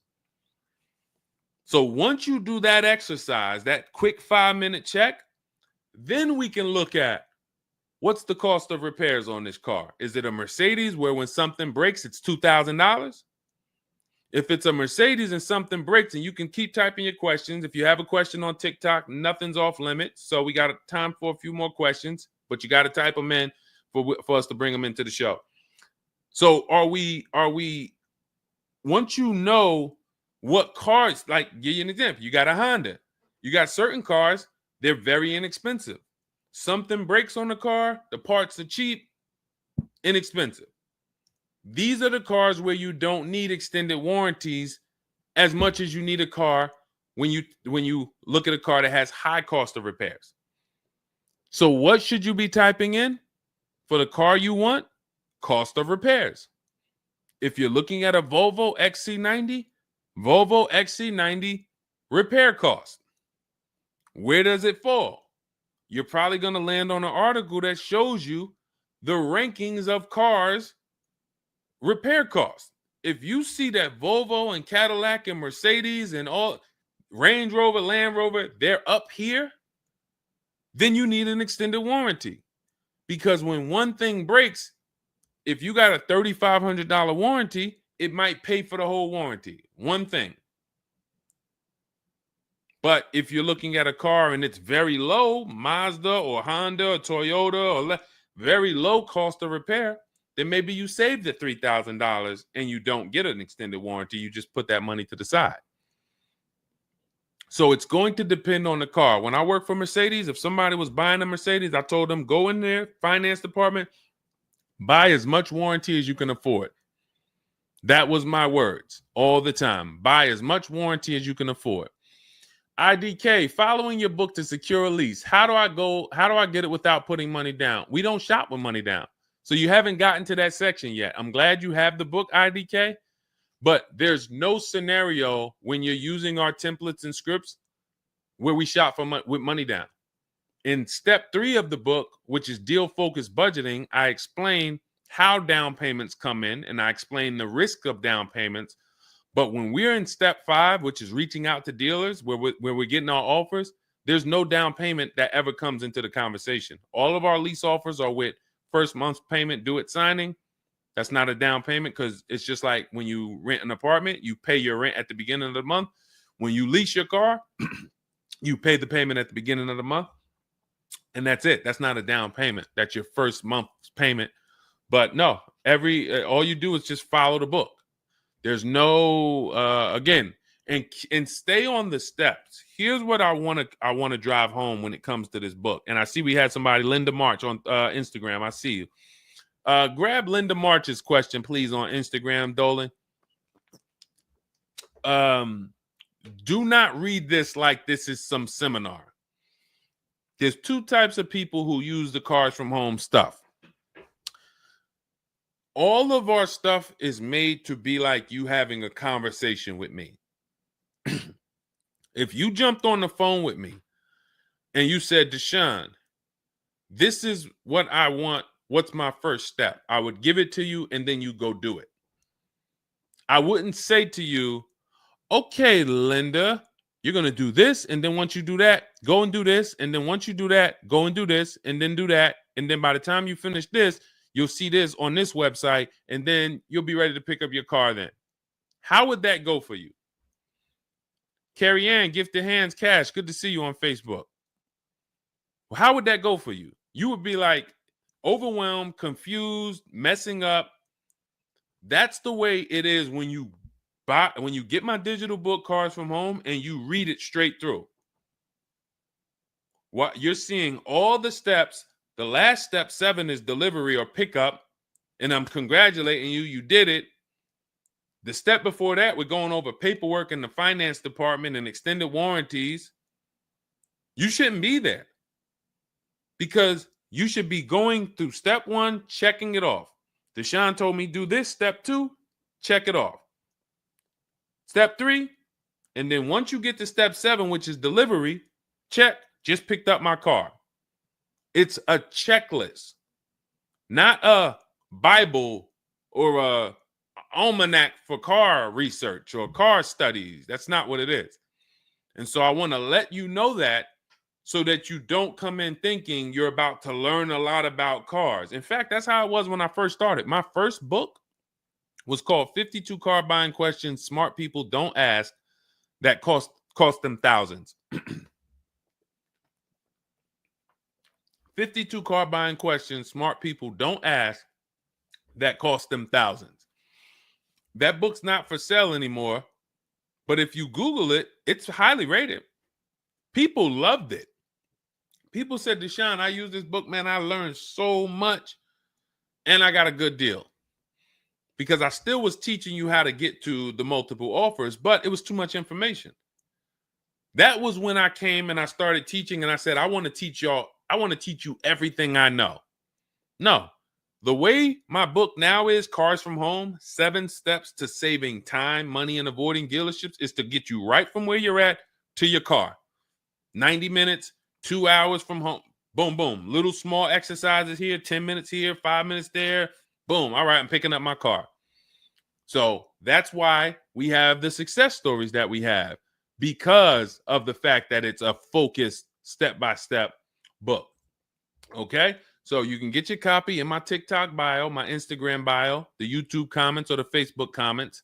It's 75% off. That's the welcome offer. It's normally $97, but you can get yours for $24 as long as you get to my bio and Instagram, TikTok, or the YouTube comments or the Facebook comments before that 2 hours expires. This is Brian, just got his first ever lease using the book. Thank you, Brian. 2025 Honda HRV, $30,000 car, $395 a month. That's a 1.2% ratio. No money down. Initial quotes from that dealer was $434, and he used the counter offer calculator and got it down to $395. So that's his best offer, not to be confused with his only offer. That's his best offer that went from $434 down to whatever he ended up paying to get it to 1.2%. So that is how you want to do it. Step by step, go grab your book. Make sure when you get your book, screenshot the thank you page, because my support team's email is on there. Sometimes you're typing fast, you misspell your email, but as soon as you actually pay the $24 and get your book, you'll see the book is on the thank you page. So you can click that link, open it, save it. Make sure you save that link, because every time I update the book, that link is your master link, and I also email you a copy. Okay, and then you'll have everything we teach step by step to get as many cars as you want. You'll see, you'll be like Sheree, you'll be like Zafrina, 2 and 3 and 4 cars. Rosalie, 4 cars. Ken, we talked about. Trey, we talked about earlier, 3 cars. These people have been with us since 2021 and 2022. So if you're new here, you got people that's already 3, 4 cars up on you using what we use. And, catch up. All right, go ahead, Dolan. I saw we got a couple more from Carrie Ann. We got Linda March. Following your book to secure a lease, how do I get it? Oh, that's what we just answered. We already answered that one from IDK. I saw you grabbed it, but I answered it before you grabbed it. Carrie Ann Gifted Hands. Evening. Okay. Can a dealership... I'm sorry. I'm having trouble reading. I'm going to have tea on these broadcasts, because can a dealership take your newly purchased vehicle to a private mechanic without telling you? Actual dealership, because he refused to pay the money to get it fixed. Can a dealership take your newly purchased car? So if they're taking it to a private mechanic, then it most likely does not have a manufacturer warranty, because if it had a manufacturer warranty, for example, Kia has a 10-year manufacturer warranty, bumper-to-bumper warranty. I think it's 10-year bumper-to-bumper. But when the manufacturer puts a warranty on a car, dealerships don't really want to take it anywhere, because the manufacturer is covering the cost. They're covering the cost of the parts. They're paying the dealership for the labor. So it sounds to me like you got a pre-owned car and it was newly purchased to you, but it doesn't have a warranty. So they may have offered you some form of warranty. Maybe they put something in writing, and whenever you buy a car, you should have something in writing on the buyer's order. This is why we have a whole step in my book for paperwork and protection. That's step 6, because you need to have certain things in writing before you actually take delivery or pick up. But it sounds like they probably had an in-house warranty, like, hey, if you come back, you got 30 days or 3,000 miles, or you got 90 days, and if anything goes wrong, just come on, bring it back. And now you brought it back because you had an issue, and they're looking and saying, well, our guys can't fix the issue, or we don't want to pay our guys to fix it. We're going to pay, this guy over here, and he's going to fix it. He can do that because there's nothing in writing that says he can't do that. And she said, correct. Ask me how I know. I swear, the reason why I invite you into my world, guys, is because everything that you think is complex is totally normal for us. That's a crazy situation for you. I can tell you exactly what's going on because I've seen this situation for the last 20 years. So when you're coming into our world, it's like, wow, this guy really knows. I see why he can kind of keep me calm, because this stuff is calm for me. That's where I want you. It's like being with somebody and you're going into a scary situation, but they've been here 200 times. Oh, it's dark back there. No, nothing ever comes from back there. When we get up here, you're going to hear some sounds in the bush, but that's just little raccoons and they're harmless. They actually like, oh, okay. You start to get more comfortable because the other person has been here a lot. So there's nothing in writing that says he can't do that.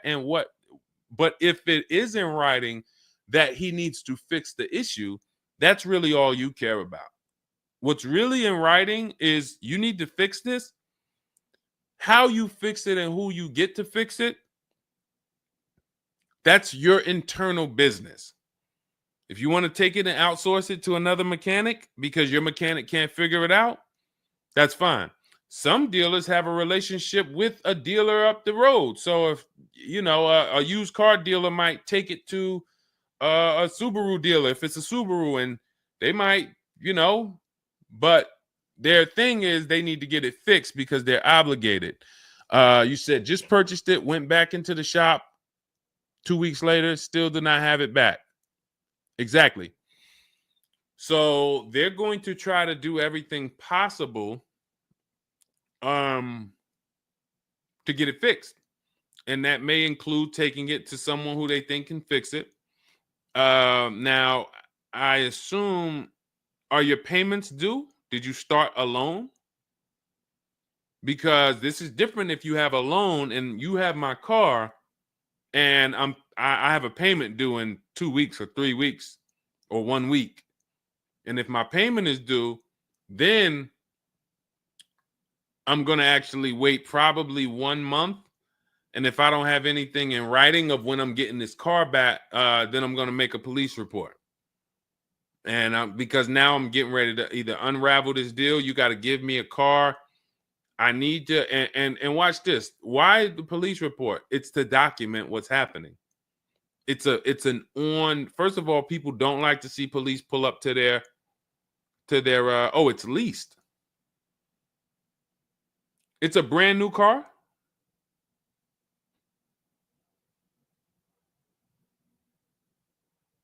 It's a brand new car. Most leases are brand new.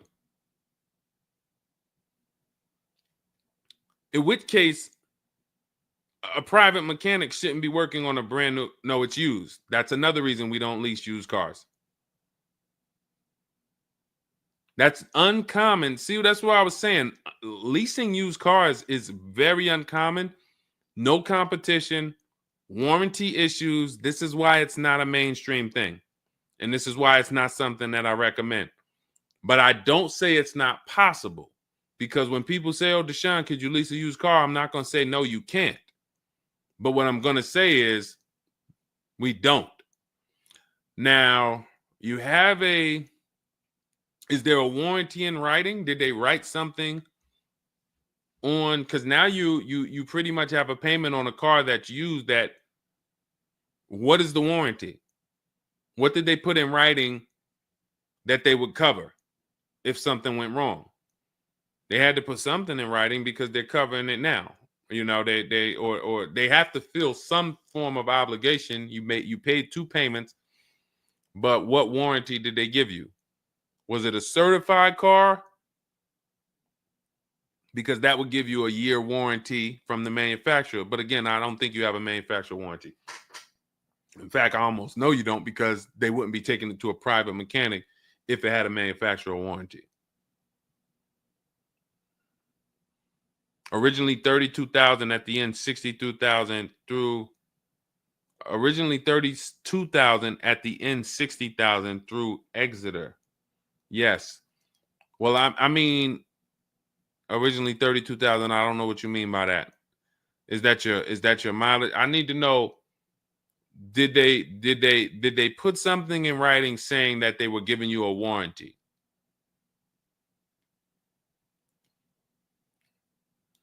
We'll try to work through this, because it's no different than if you bought a car from them. There's a bank involved, but it's a used car. It's no warranty, and they're pretty much holding on to it and trying to fix it. And if they can't fix it, we need to know, are they obligated to fix it or not? If there's nothing in writing saying, hey, you have this time where you can bring it back and we'll fix it, then that's gonna be that's gonna be hell for you. So we really don't want that. So, but I can't tell you how to approach this without knowing what is in writing. And again, when you get my book, not you, I'm just gonna try to help you through, but I'm talking to you. That's why we have step 6 is paperwork. Because when you're sitting there looking at a bunch of paperwork and they're telling you to sign it, okay, sign this now. All right, this is your motor vehicle stuff. This is your okay, do you want this? What is important and what's not? What is important and what's not important? Out of all of this stuff, there may be 1-2 words on here that I need to know. I need to look at that buyer's order, and I need every used car, every single used car. I need to know what the warranty is when I drive off. Is it as is? That means when I drive off, it's on you. If the axle falls out on the highway 5 miles from here, you just signed an as-is deal. Buyer beware, it's on you. Is it 30 days, 1,000 miles? Who's going to do the work? Is it from the manufacturer? Is it from this dealership? Where can I go and use this at? You got to come back here. Do I have to go? Is this a nationwide warranty? I need to know what is covered on this paperwork so that I don't end up in a situation that we're trying to get out of right now. The warranty is through portfolio protection.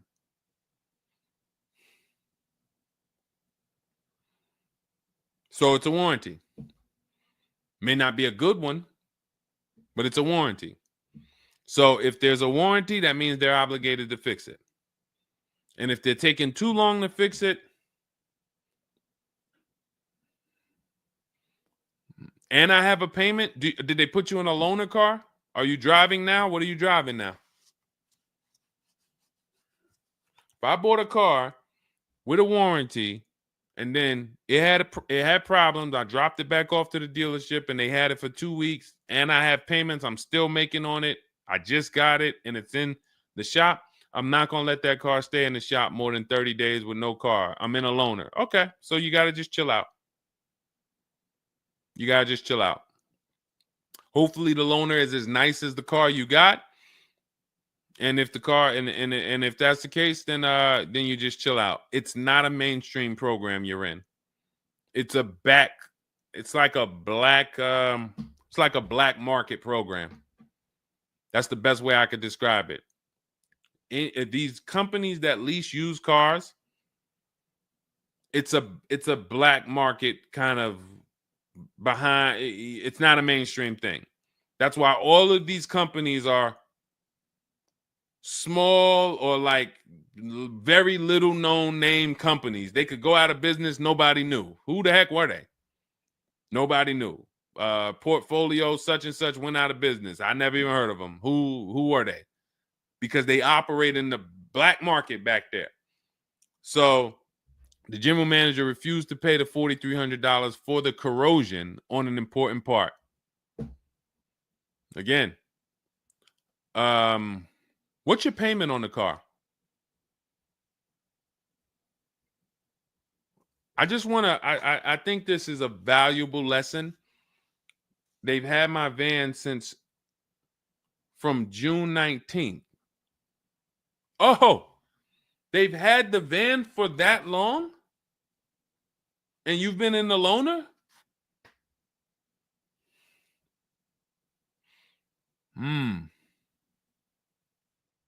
Holy crap.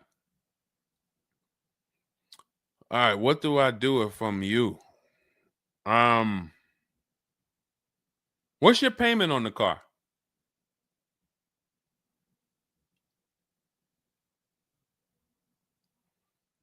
Company had your car for months. You leased it, dropped it off because it was having problems. They've had it for months and can't fix it. And you're paying $775 a month. What kind of vehicle is this? What kind of vehicle is this that we're paying $775 a month for?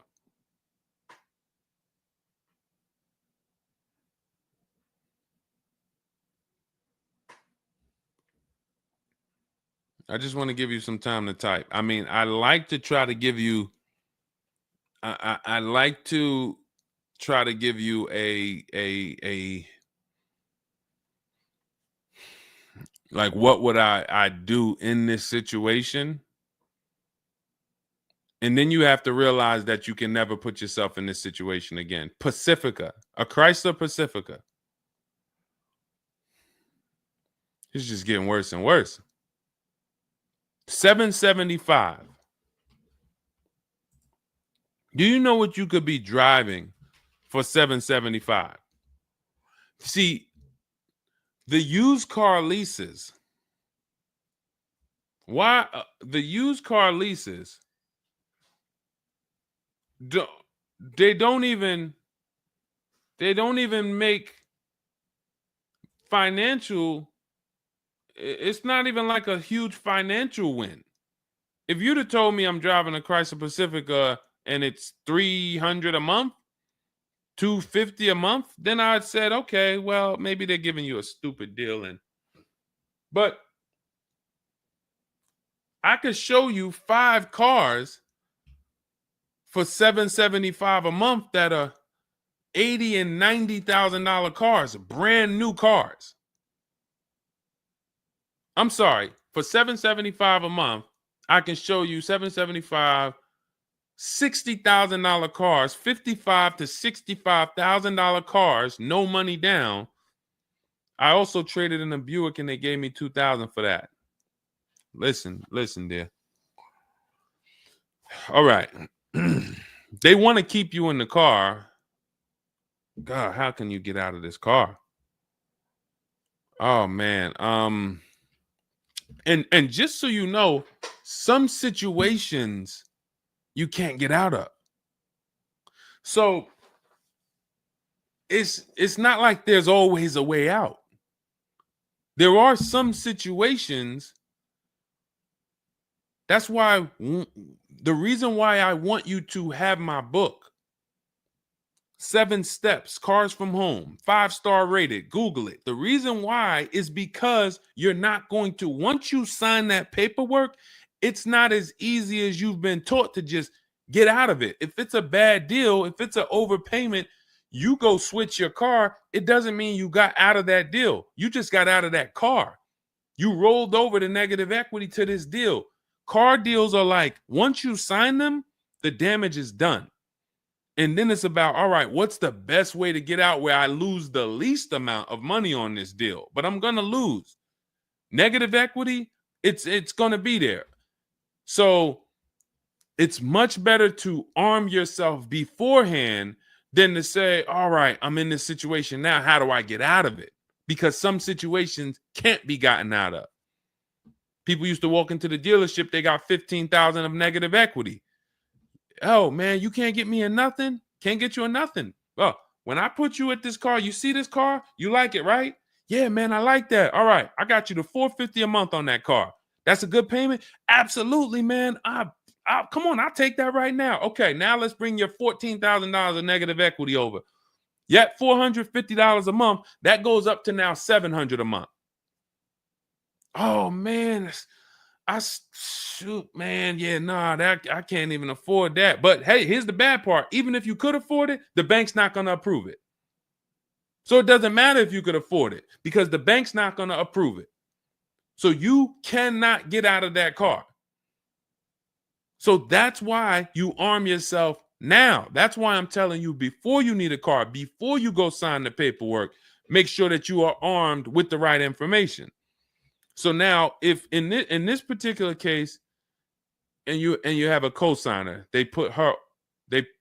you put a cosigner on here, told us to wait 6 months, and then we can switch owner names and info. Every time I think this can't get worse, you make another comment, and it just gets worse and worse.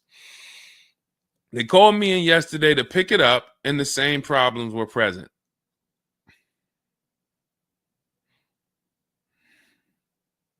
Good Lord. I'm almost stumped. Okay. All right. All right. You need to find out how many miles are on this car? How many miles are on this car? This is not a good situation. So that's why it's harder. And what I'm about to tell you, it might not even work. You may just be stuck in it. I'm trying to see if we can slice it any way possible to give you some form of solution. But if they keep giving you the car back, same issues, 60,000 miles on the car. Okay, so what I would do is you call and get the payoff. It's gonna be low. I mean, it's gonna be high. Call and get the payoff because your payment $775. I'm trying to see if you can sell your way out of it. Can you do a lemon law on a used car?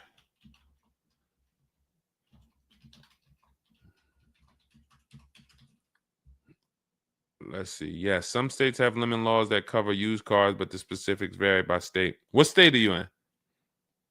If they can't fix the same issue, but it's an aftermarket warranty.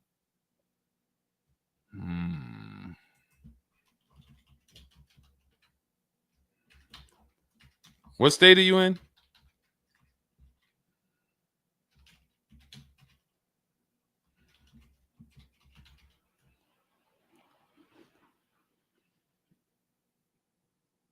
Maryland.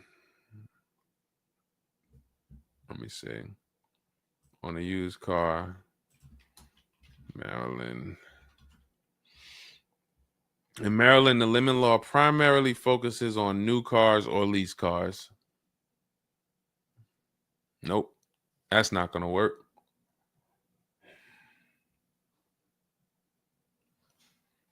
Jeez. I'm gonna be real with you. You could shoot me an email. I don't know if you can get out of this.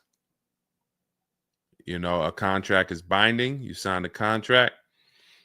And let me tell you this. I don't know if you can get out of this without losing. You could just stop paying the car, have a repo on your credit. A lot of people will do that. I'm going to drop this car off, take your car back, voluntary repo, credits tore up. Not a good solution. It's going to cripple you from moving forward with cars.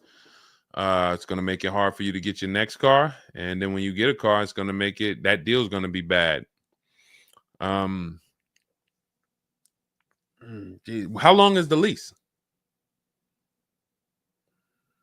So this is just for those of you who are just joining us. We have this young lady got she leased a used car. Don't do this. And again, I'd like you to email me. Maybe I'll think of something that will come up as a solution. But you know, I trust you're gonna learn from this. It sucks. It's a horrible situation, and it's evidence of how bad certain bad structures can be. Because and again, I know some of you who've joined me for a long time, you may be used to, well, Deshone has a solution for everything. Not everything. There's times where you are too buried, and the only thing that will heal the wounds is time. That's the only thing. The deal is done. You have to pay down the deal. And then in a year, 2 years, you might be able you might be able to make a move. But you have to suck it up, bite the bullet, and we might be able to lean on them to get the car fixed. 78 payments. How? You said you leased it. This is a loan then. This isn't a lease then. 78 payments. You're in an 80-month loan on a Chrysler Pacifica paying $775 a month. It's not a lease, that's a loan, and it's 8 years that it's 7 years. 7-year loan.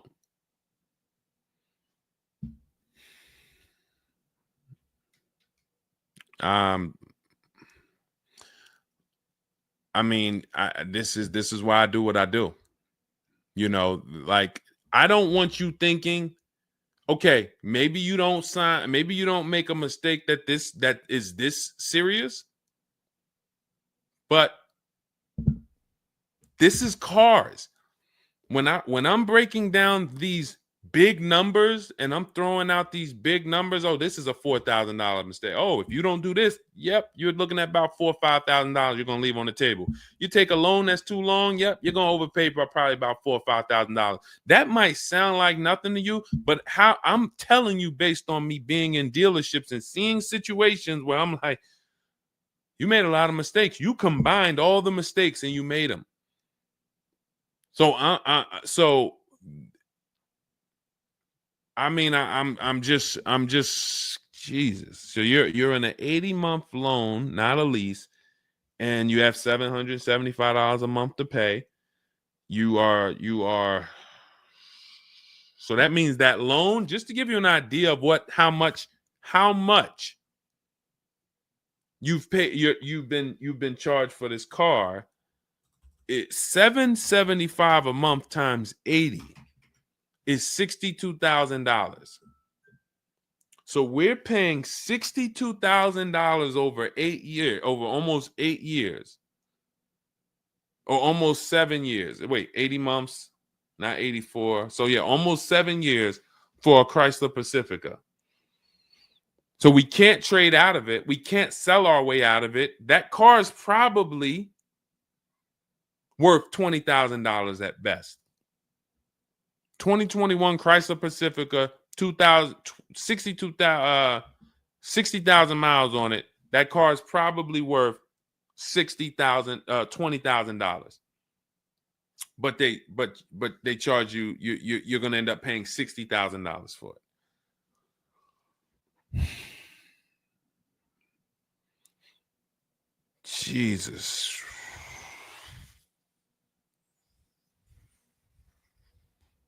Most people will let the car go. Most people will let the car go. I don't. If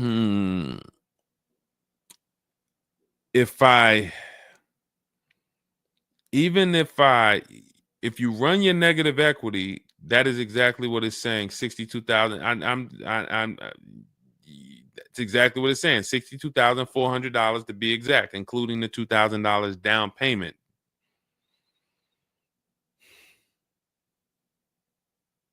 What's the name of this company that you did business with? My friend will not let that fly. That is one of the worst car transactions that I've ever seen anyone in. And your friend is on the deal with you as a co-signer. This is level 10 out of 10 bad. Rich Morton Mazda. Do you know what your credit score was roundabout when you made this deal? Rich Morton Mazda in Maryland. Everyone remember that name. Rich Morton Mazda in Maryland. Stay away from them. This is one of the worst deals I've ever seen. She is the main person they told me I could not sign the papers.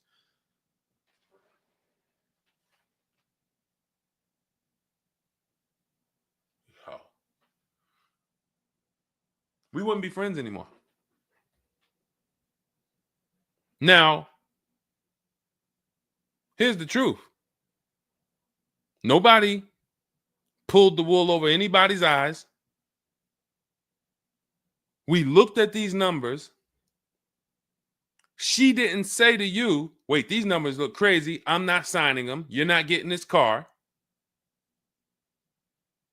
Both of you went in there and signed these deals. So let's I'm not even going to say she's the friend, but nobody's going to say, well, y'all tied me up and held a gun to my head and made me sign those numbers, and y'all didn't even read those numbers to me. So,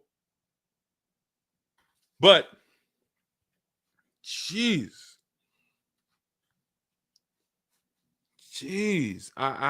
this, you're buried. You are buried in this car. The only way, and what's crazy is, even if you voluntarily let it go, you ruin your friend's credit. Because she's the one who signed for the car. Bad, bad, bad, bad, everything bad. I wish there was a silver lining that I could think of. What I would do is I would find, you need to find out how upside down you are. You need to go on CarMax, write down these 6 sites, write down these 6 websites.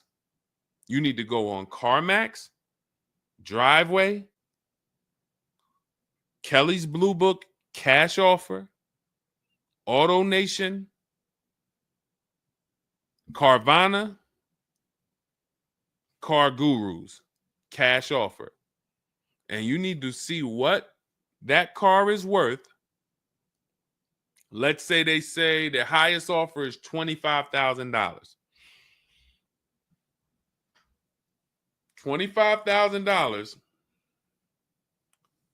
The total of your payments is not what you owe. That's what you would have paid after 7 years. You need to call the bank and you need to get the payoff. That is what you do tomorrow morning. You go on those websites tonight or today. You find out what this Chrysler Pacifica is worth.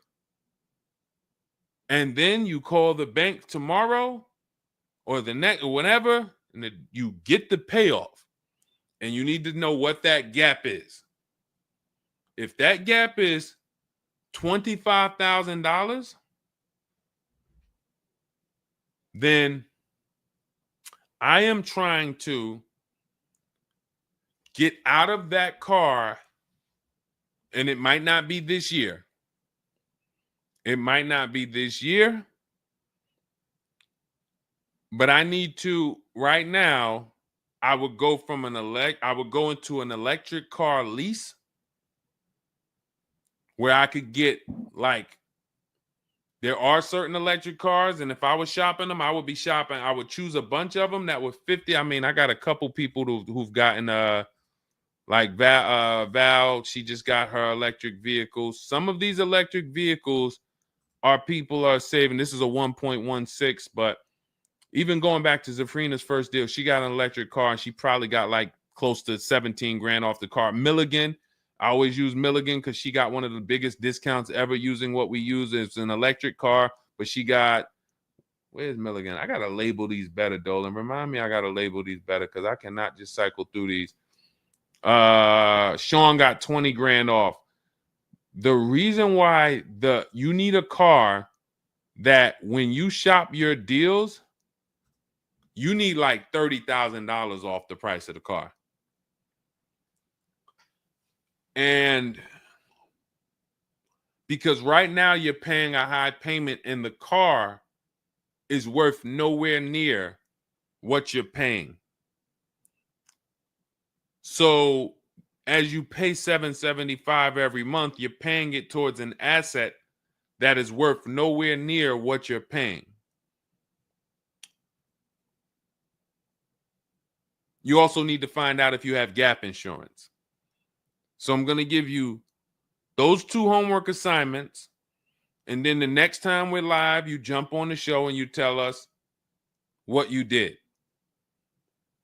Those 2 homework. Find out if you have gap insurance. And then you need to get your payoff and go on those websites and get the cash offers and find out what the gap is. Because if the gap is $25,000, then what I'm doing is I'm shopping. If you listen, you get, if before I tell you to get the book so that you can shop a bunch of different electric cars from home, you need to get $25,000 off the price of some electric car. While they still got the rebate, while they still got the incentives, those incentives are going to go away. When do the electric car incentives go away? Let's see. Hold on.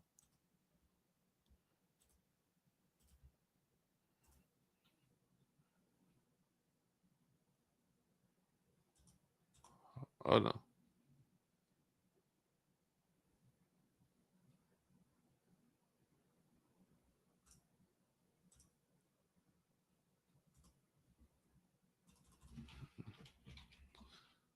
When do EV incentives? I'm going to tell you, you're probably going to see, we're not talking about tax credits. You're probably going to see huge electric vehicle incentives for the extended future because they're still building them and not many people want them right now. So you need to get like $25,000 off the price of some car or more. Like I said, with Milligan, she got she got almost 27,000 off. And then you would roll that over into a new car and you would lease it. And your payment's going to be high, but you're going to be in a good car. So if you lease a car and you end up with after you knock off that 25, 30, $30,000, and I would be just shopping multiple electric vehicle leases using our system. Again, at this point, you're either going to listen to me or you're not. So, I mean, I'm just going to assume you are. And you would just run multiple electric cars through our 25-to-5 system and see, all right, how much could I get off that one? Oh, they're saving me 15 grand. Nah, that's not enough. All right, let me go pick this Kia SUV. All right, how much can I get off that? Oh, 17 grand. Nope, nah, that's not enough. Oh, let me pick this one. Oh, they're giving me 22 off. All right, that's better. Let me see if I switch this car over to that, how much they would give me. And you're trying to get out of that car, but you cannot bring all of that negative equity over unless you already knock down this new car by $20,000 or $25,000 because the bank is not going to approve it. So you need something that you can save that kind of money off of and then come over to a lease and then, all right, forget about lowering your payment right now. You could lower your payment right now. You need to get out of that car into a better car for the same payment or similar payment. You're not lowering your payment. Only way you're going to lower your payment is to get rid of the car, ruin your friend's credit. But once you do that exercise, let me know where the gap is. Next time you see me live, jump on. Hey, Deshone, I did it. The gap is like $22,000. Or the gap is $30,000. If the gap's 30, then we got to see what we do there. But the long-term plan is I need to get out of this and I need to get into an electric vehicle that I can lease for 3 years so that I can bury all that negative equity into this car. And what it's going to be is it'll be like, all right, I'll knock 25 grand off the price. Normally my payment would be stupid low, like $250 a month, because I just knocked 25 grand off this. But I'm actually just putting the 25 grand from this Pacifica back on there. So it's still going to be around 700-800, but I'm driving a brand new car. And then once my 3-year lease is up, I can actually be done with this versus being in this for 78 more months. All right. So next time I'm live, jump on and, tell me you did the homework and we can see if we can actually, try to get you to some form or fashion of some type of end. Yeah, I'm not a fan of the electric car. Can't help you. Can't help you. I appreciate you being on here, but you should have not been a fan of this. How are we in a 2020? This is the part where we have to realize you have your friend tied to this car. And I'm telling you what you may be able to do to get her out of this situation and get out of this Chrysler Pacifica. That is a car that is worth $20,000 that you have a loan on of $55,000+. And you're like, I don't like this electric car. I'm not a fan of it. I'm telling you, there's tons of them out there. We should not even have our friend on this deal. So be a quality friend. Don't be like the people who will come into the dealership, put their friend on the credit, on the credit. Hey, can you sign for me? I had one girl that would come in and she had her mom on one car, burned her mom, and they had somebody else from the church coming in here to sign for her to get another car because she burned her mother's credit. Didn't care about nobody. Do not be that person. You have someone tied. Your friend was nice enough to be on this horrible, terrible deal with you. Now you need to do something to show her you are trying to get her out of this deal, regardless of how you feel about the car, because you should be feeling terrible about the Chrysler Pacifica that you're in that we have an 80-month loan on. She is the one who put us in this situation and we are trying to go the best route. So how are you in the deal? Does the lease go from the day you got it to the anniversary day? It goes usually 3 years. How are you in the deal? When you're saying your friend is the one that put you in the situation,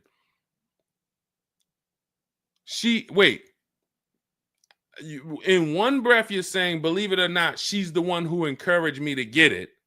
And then in another breath, you're saying she's the one who put me in the deal, who put us in this situation.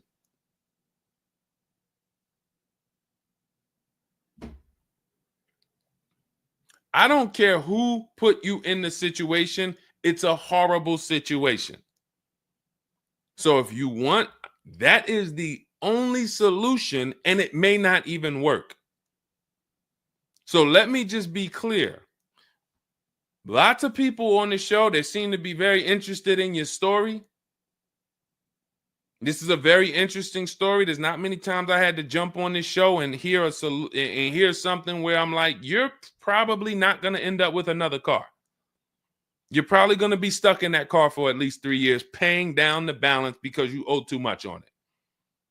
And maybe you can lean on them to fix it, but there's no lemon law, so it's not like you can actually put it through a lemon law. So you might just be giving it back to them to fix, giving it back to them to fix. But you're in the loaner and your friend's on the paperwork. So that tells me the car was for you. It wasn't for your friend. So your friend signed for the car knowingly, may have encouraged you to get the car. Yeah, girl, I'll do it. Listen, I want to see you win. Look. Maybe didn't know what she was signing, didn't understand. All right, you're $775 a month. Can you afford that? Okay, yeah, I could afford that. Okay, perfect. All right, I'm going to sign for it. Didn't realize maybe it was for 7 years. and didn't realize that, oh, shoot, you're going to be paying 60 grand for this car, and didn't know, oh, this car is going to be in the shop, but it's your car because you're the one in the loaner. It's not her car. She's not in a loaner. So there's only one potential solution where you could even think about getting out of this car, because no one can get you out of a car that you're $30,000 buried in. There's no bank. You could have a 900 credit score, never missed a payment in your life. No bank is going to approve taking $30,000 from this Chrysler and putting it onto whatever new car you decide you want. You need to get a huge discount off of some car. There's no car that's going to give you $30,000 off or $25,000 off except an electric vehicle. So if I'm telling you something that may not even work, but it's your only route, that's all you got. You want to come up with something else, repo the car, ruin your friend's credit, I got nothing to do with that. My only job is to try to provide and advise a solution to when people tell me, this is my situation, this is my goal. Normally people have 2 or 3 options. You have half an option. Like, you ever play spades? 1 and a possible, 3 and a possible. You have none and a possible. The possible might not walk. But I'm telling you, do this exercise, and then we can see if that possible will walk. If it doesn't, you got no books. You stay in the car, and that's your only option. It's a bad situation. One of the worst I've ever seen. And I'm not saying that to beat you up. I'm saying that so you realize the severity of the transaction. So if I have to bite this bullet and I got to pay this car for the next 2 years, 3 years, it's because I'm in a bad situation. And then when I pay down this car, maybe I can make a different move in 2 years. And then I'll be much wiser before I make my moves, so that I never end up in this situation again. Okay? So for everybody who joined, this was great. Again, my goal is to keep you from ever making mistakes.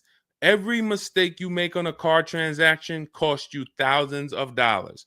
There is no the least expensive mistake you could make is getting gap insurance when you didn't need it.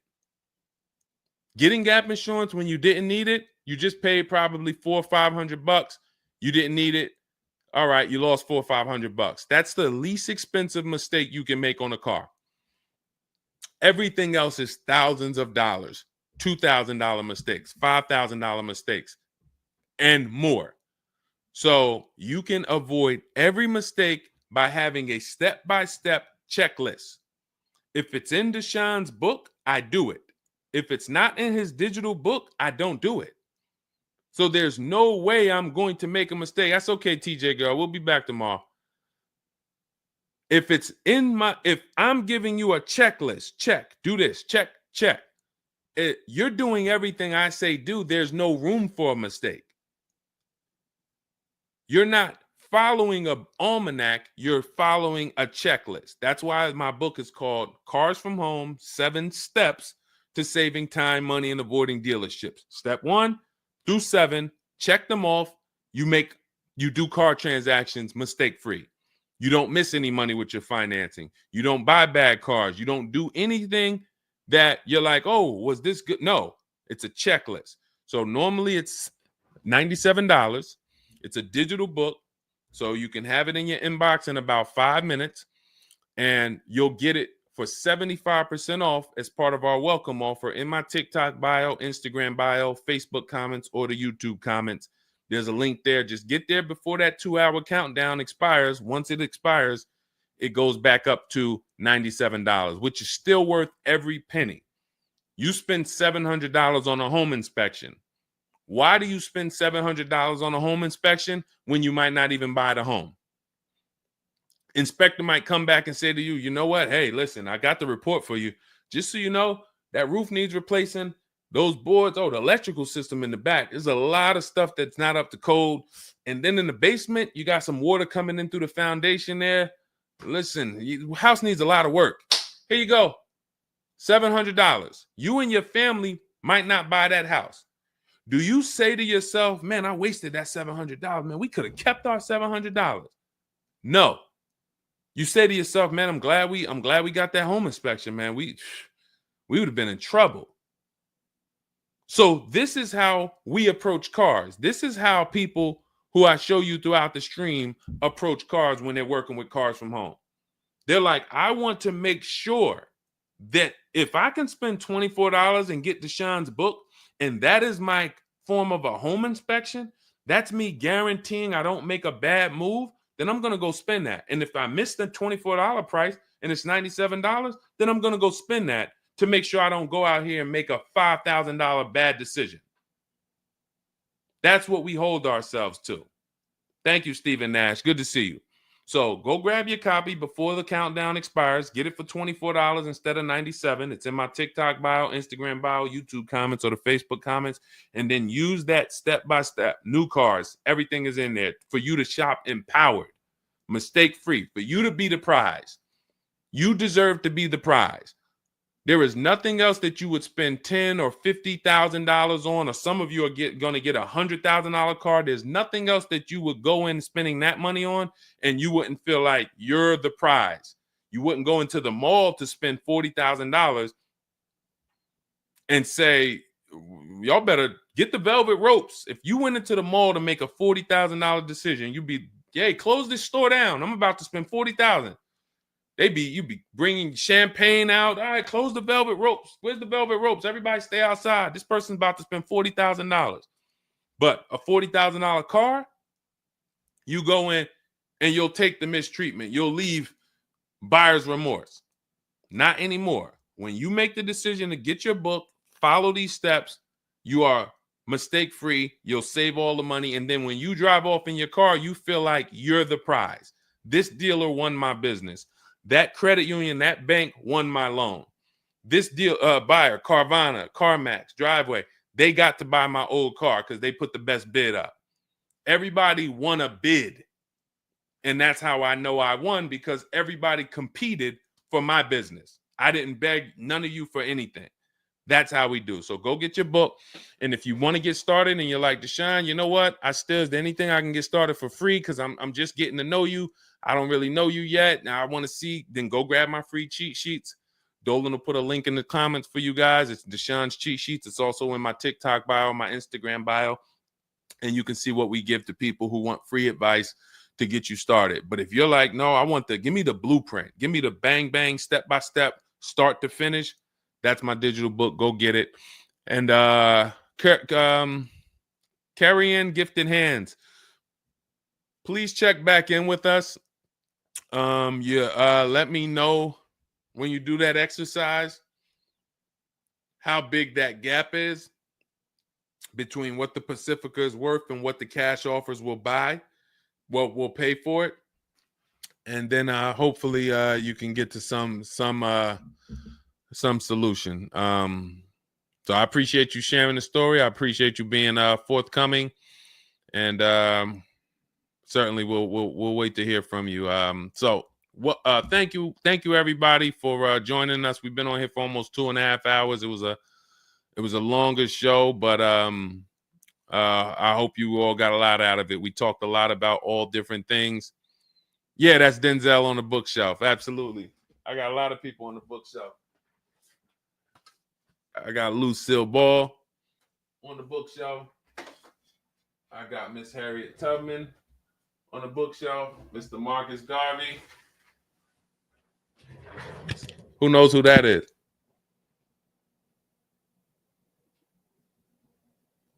That's the great one.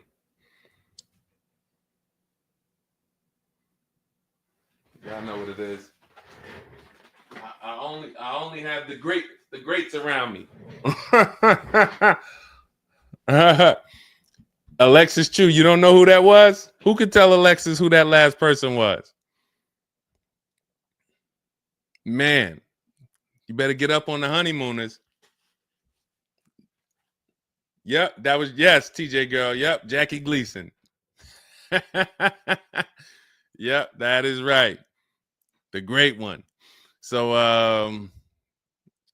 yeah. So yes, so it was a pleasure. We'll be back. We'll be back for another show. When you see us, jump on, get your questions answered. For those of you who have my book, I want to thank you. Shout out to I saw a couple people say they grabbed their book and they were using they were ready to use it. I would get the paperwork through email, never received it. I need your help. I bought 2 brand new cars. I was told I would get the paperwork by email, never received it. So call the dealership. Call it. You bought 2 brand new cars. You said you would get the paperwork by email. You never received it. Call the dealership and, hey, where's my paperwork? Ask for the finance manager. Where's my paperwork? That's what you do. All right. So, all right. I'll let everybody go. I'm tired. I can't even get myself together. This is, I'm going to jump off and we'll be back. We'll be back for another show. Make sure you get your book in my TikTok bio, Instagram bio, the comments, or the Facebook comments or the YouTube comments. And I'll see y'all on another show. All right. God bless you.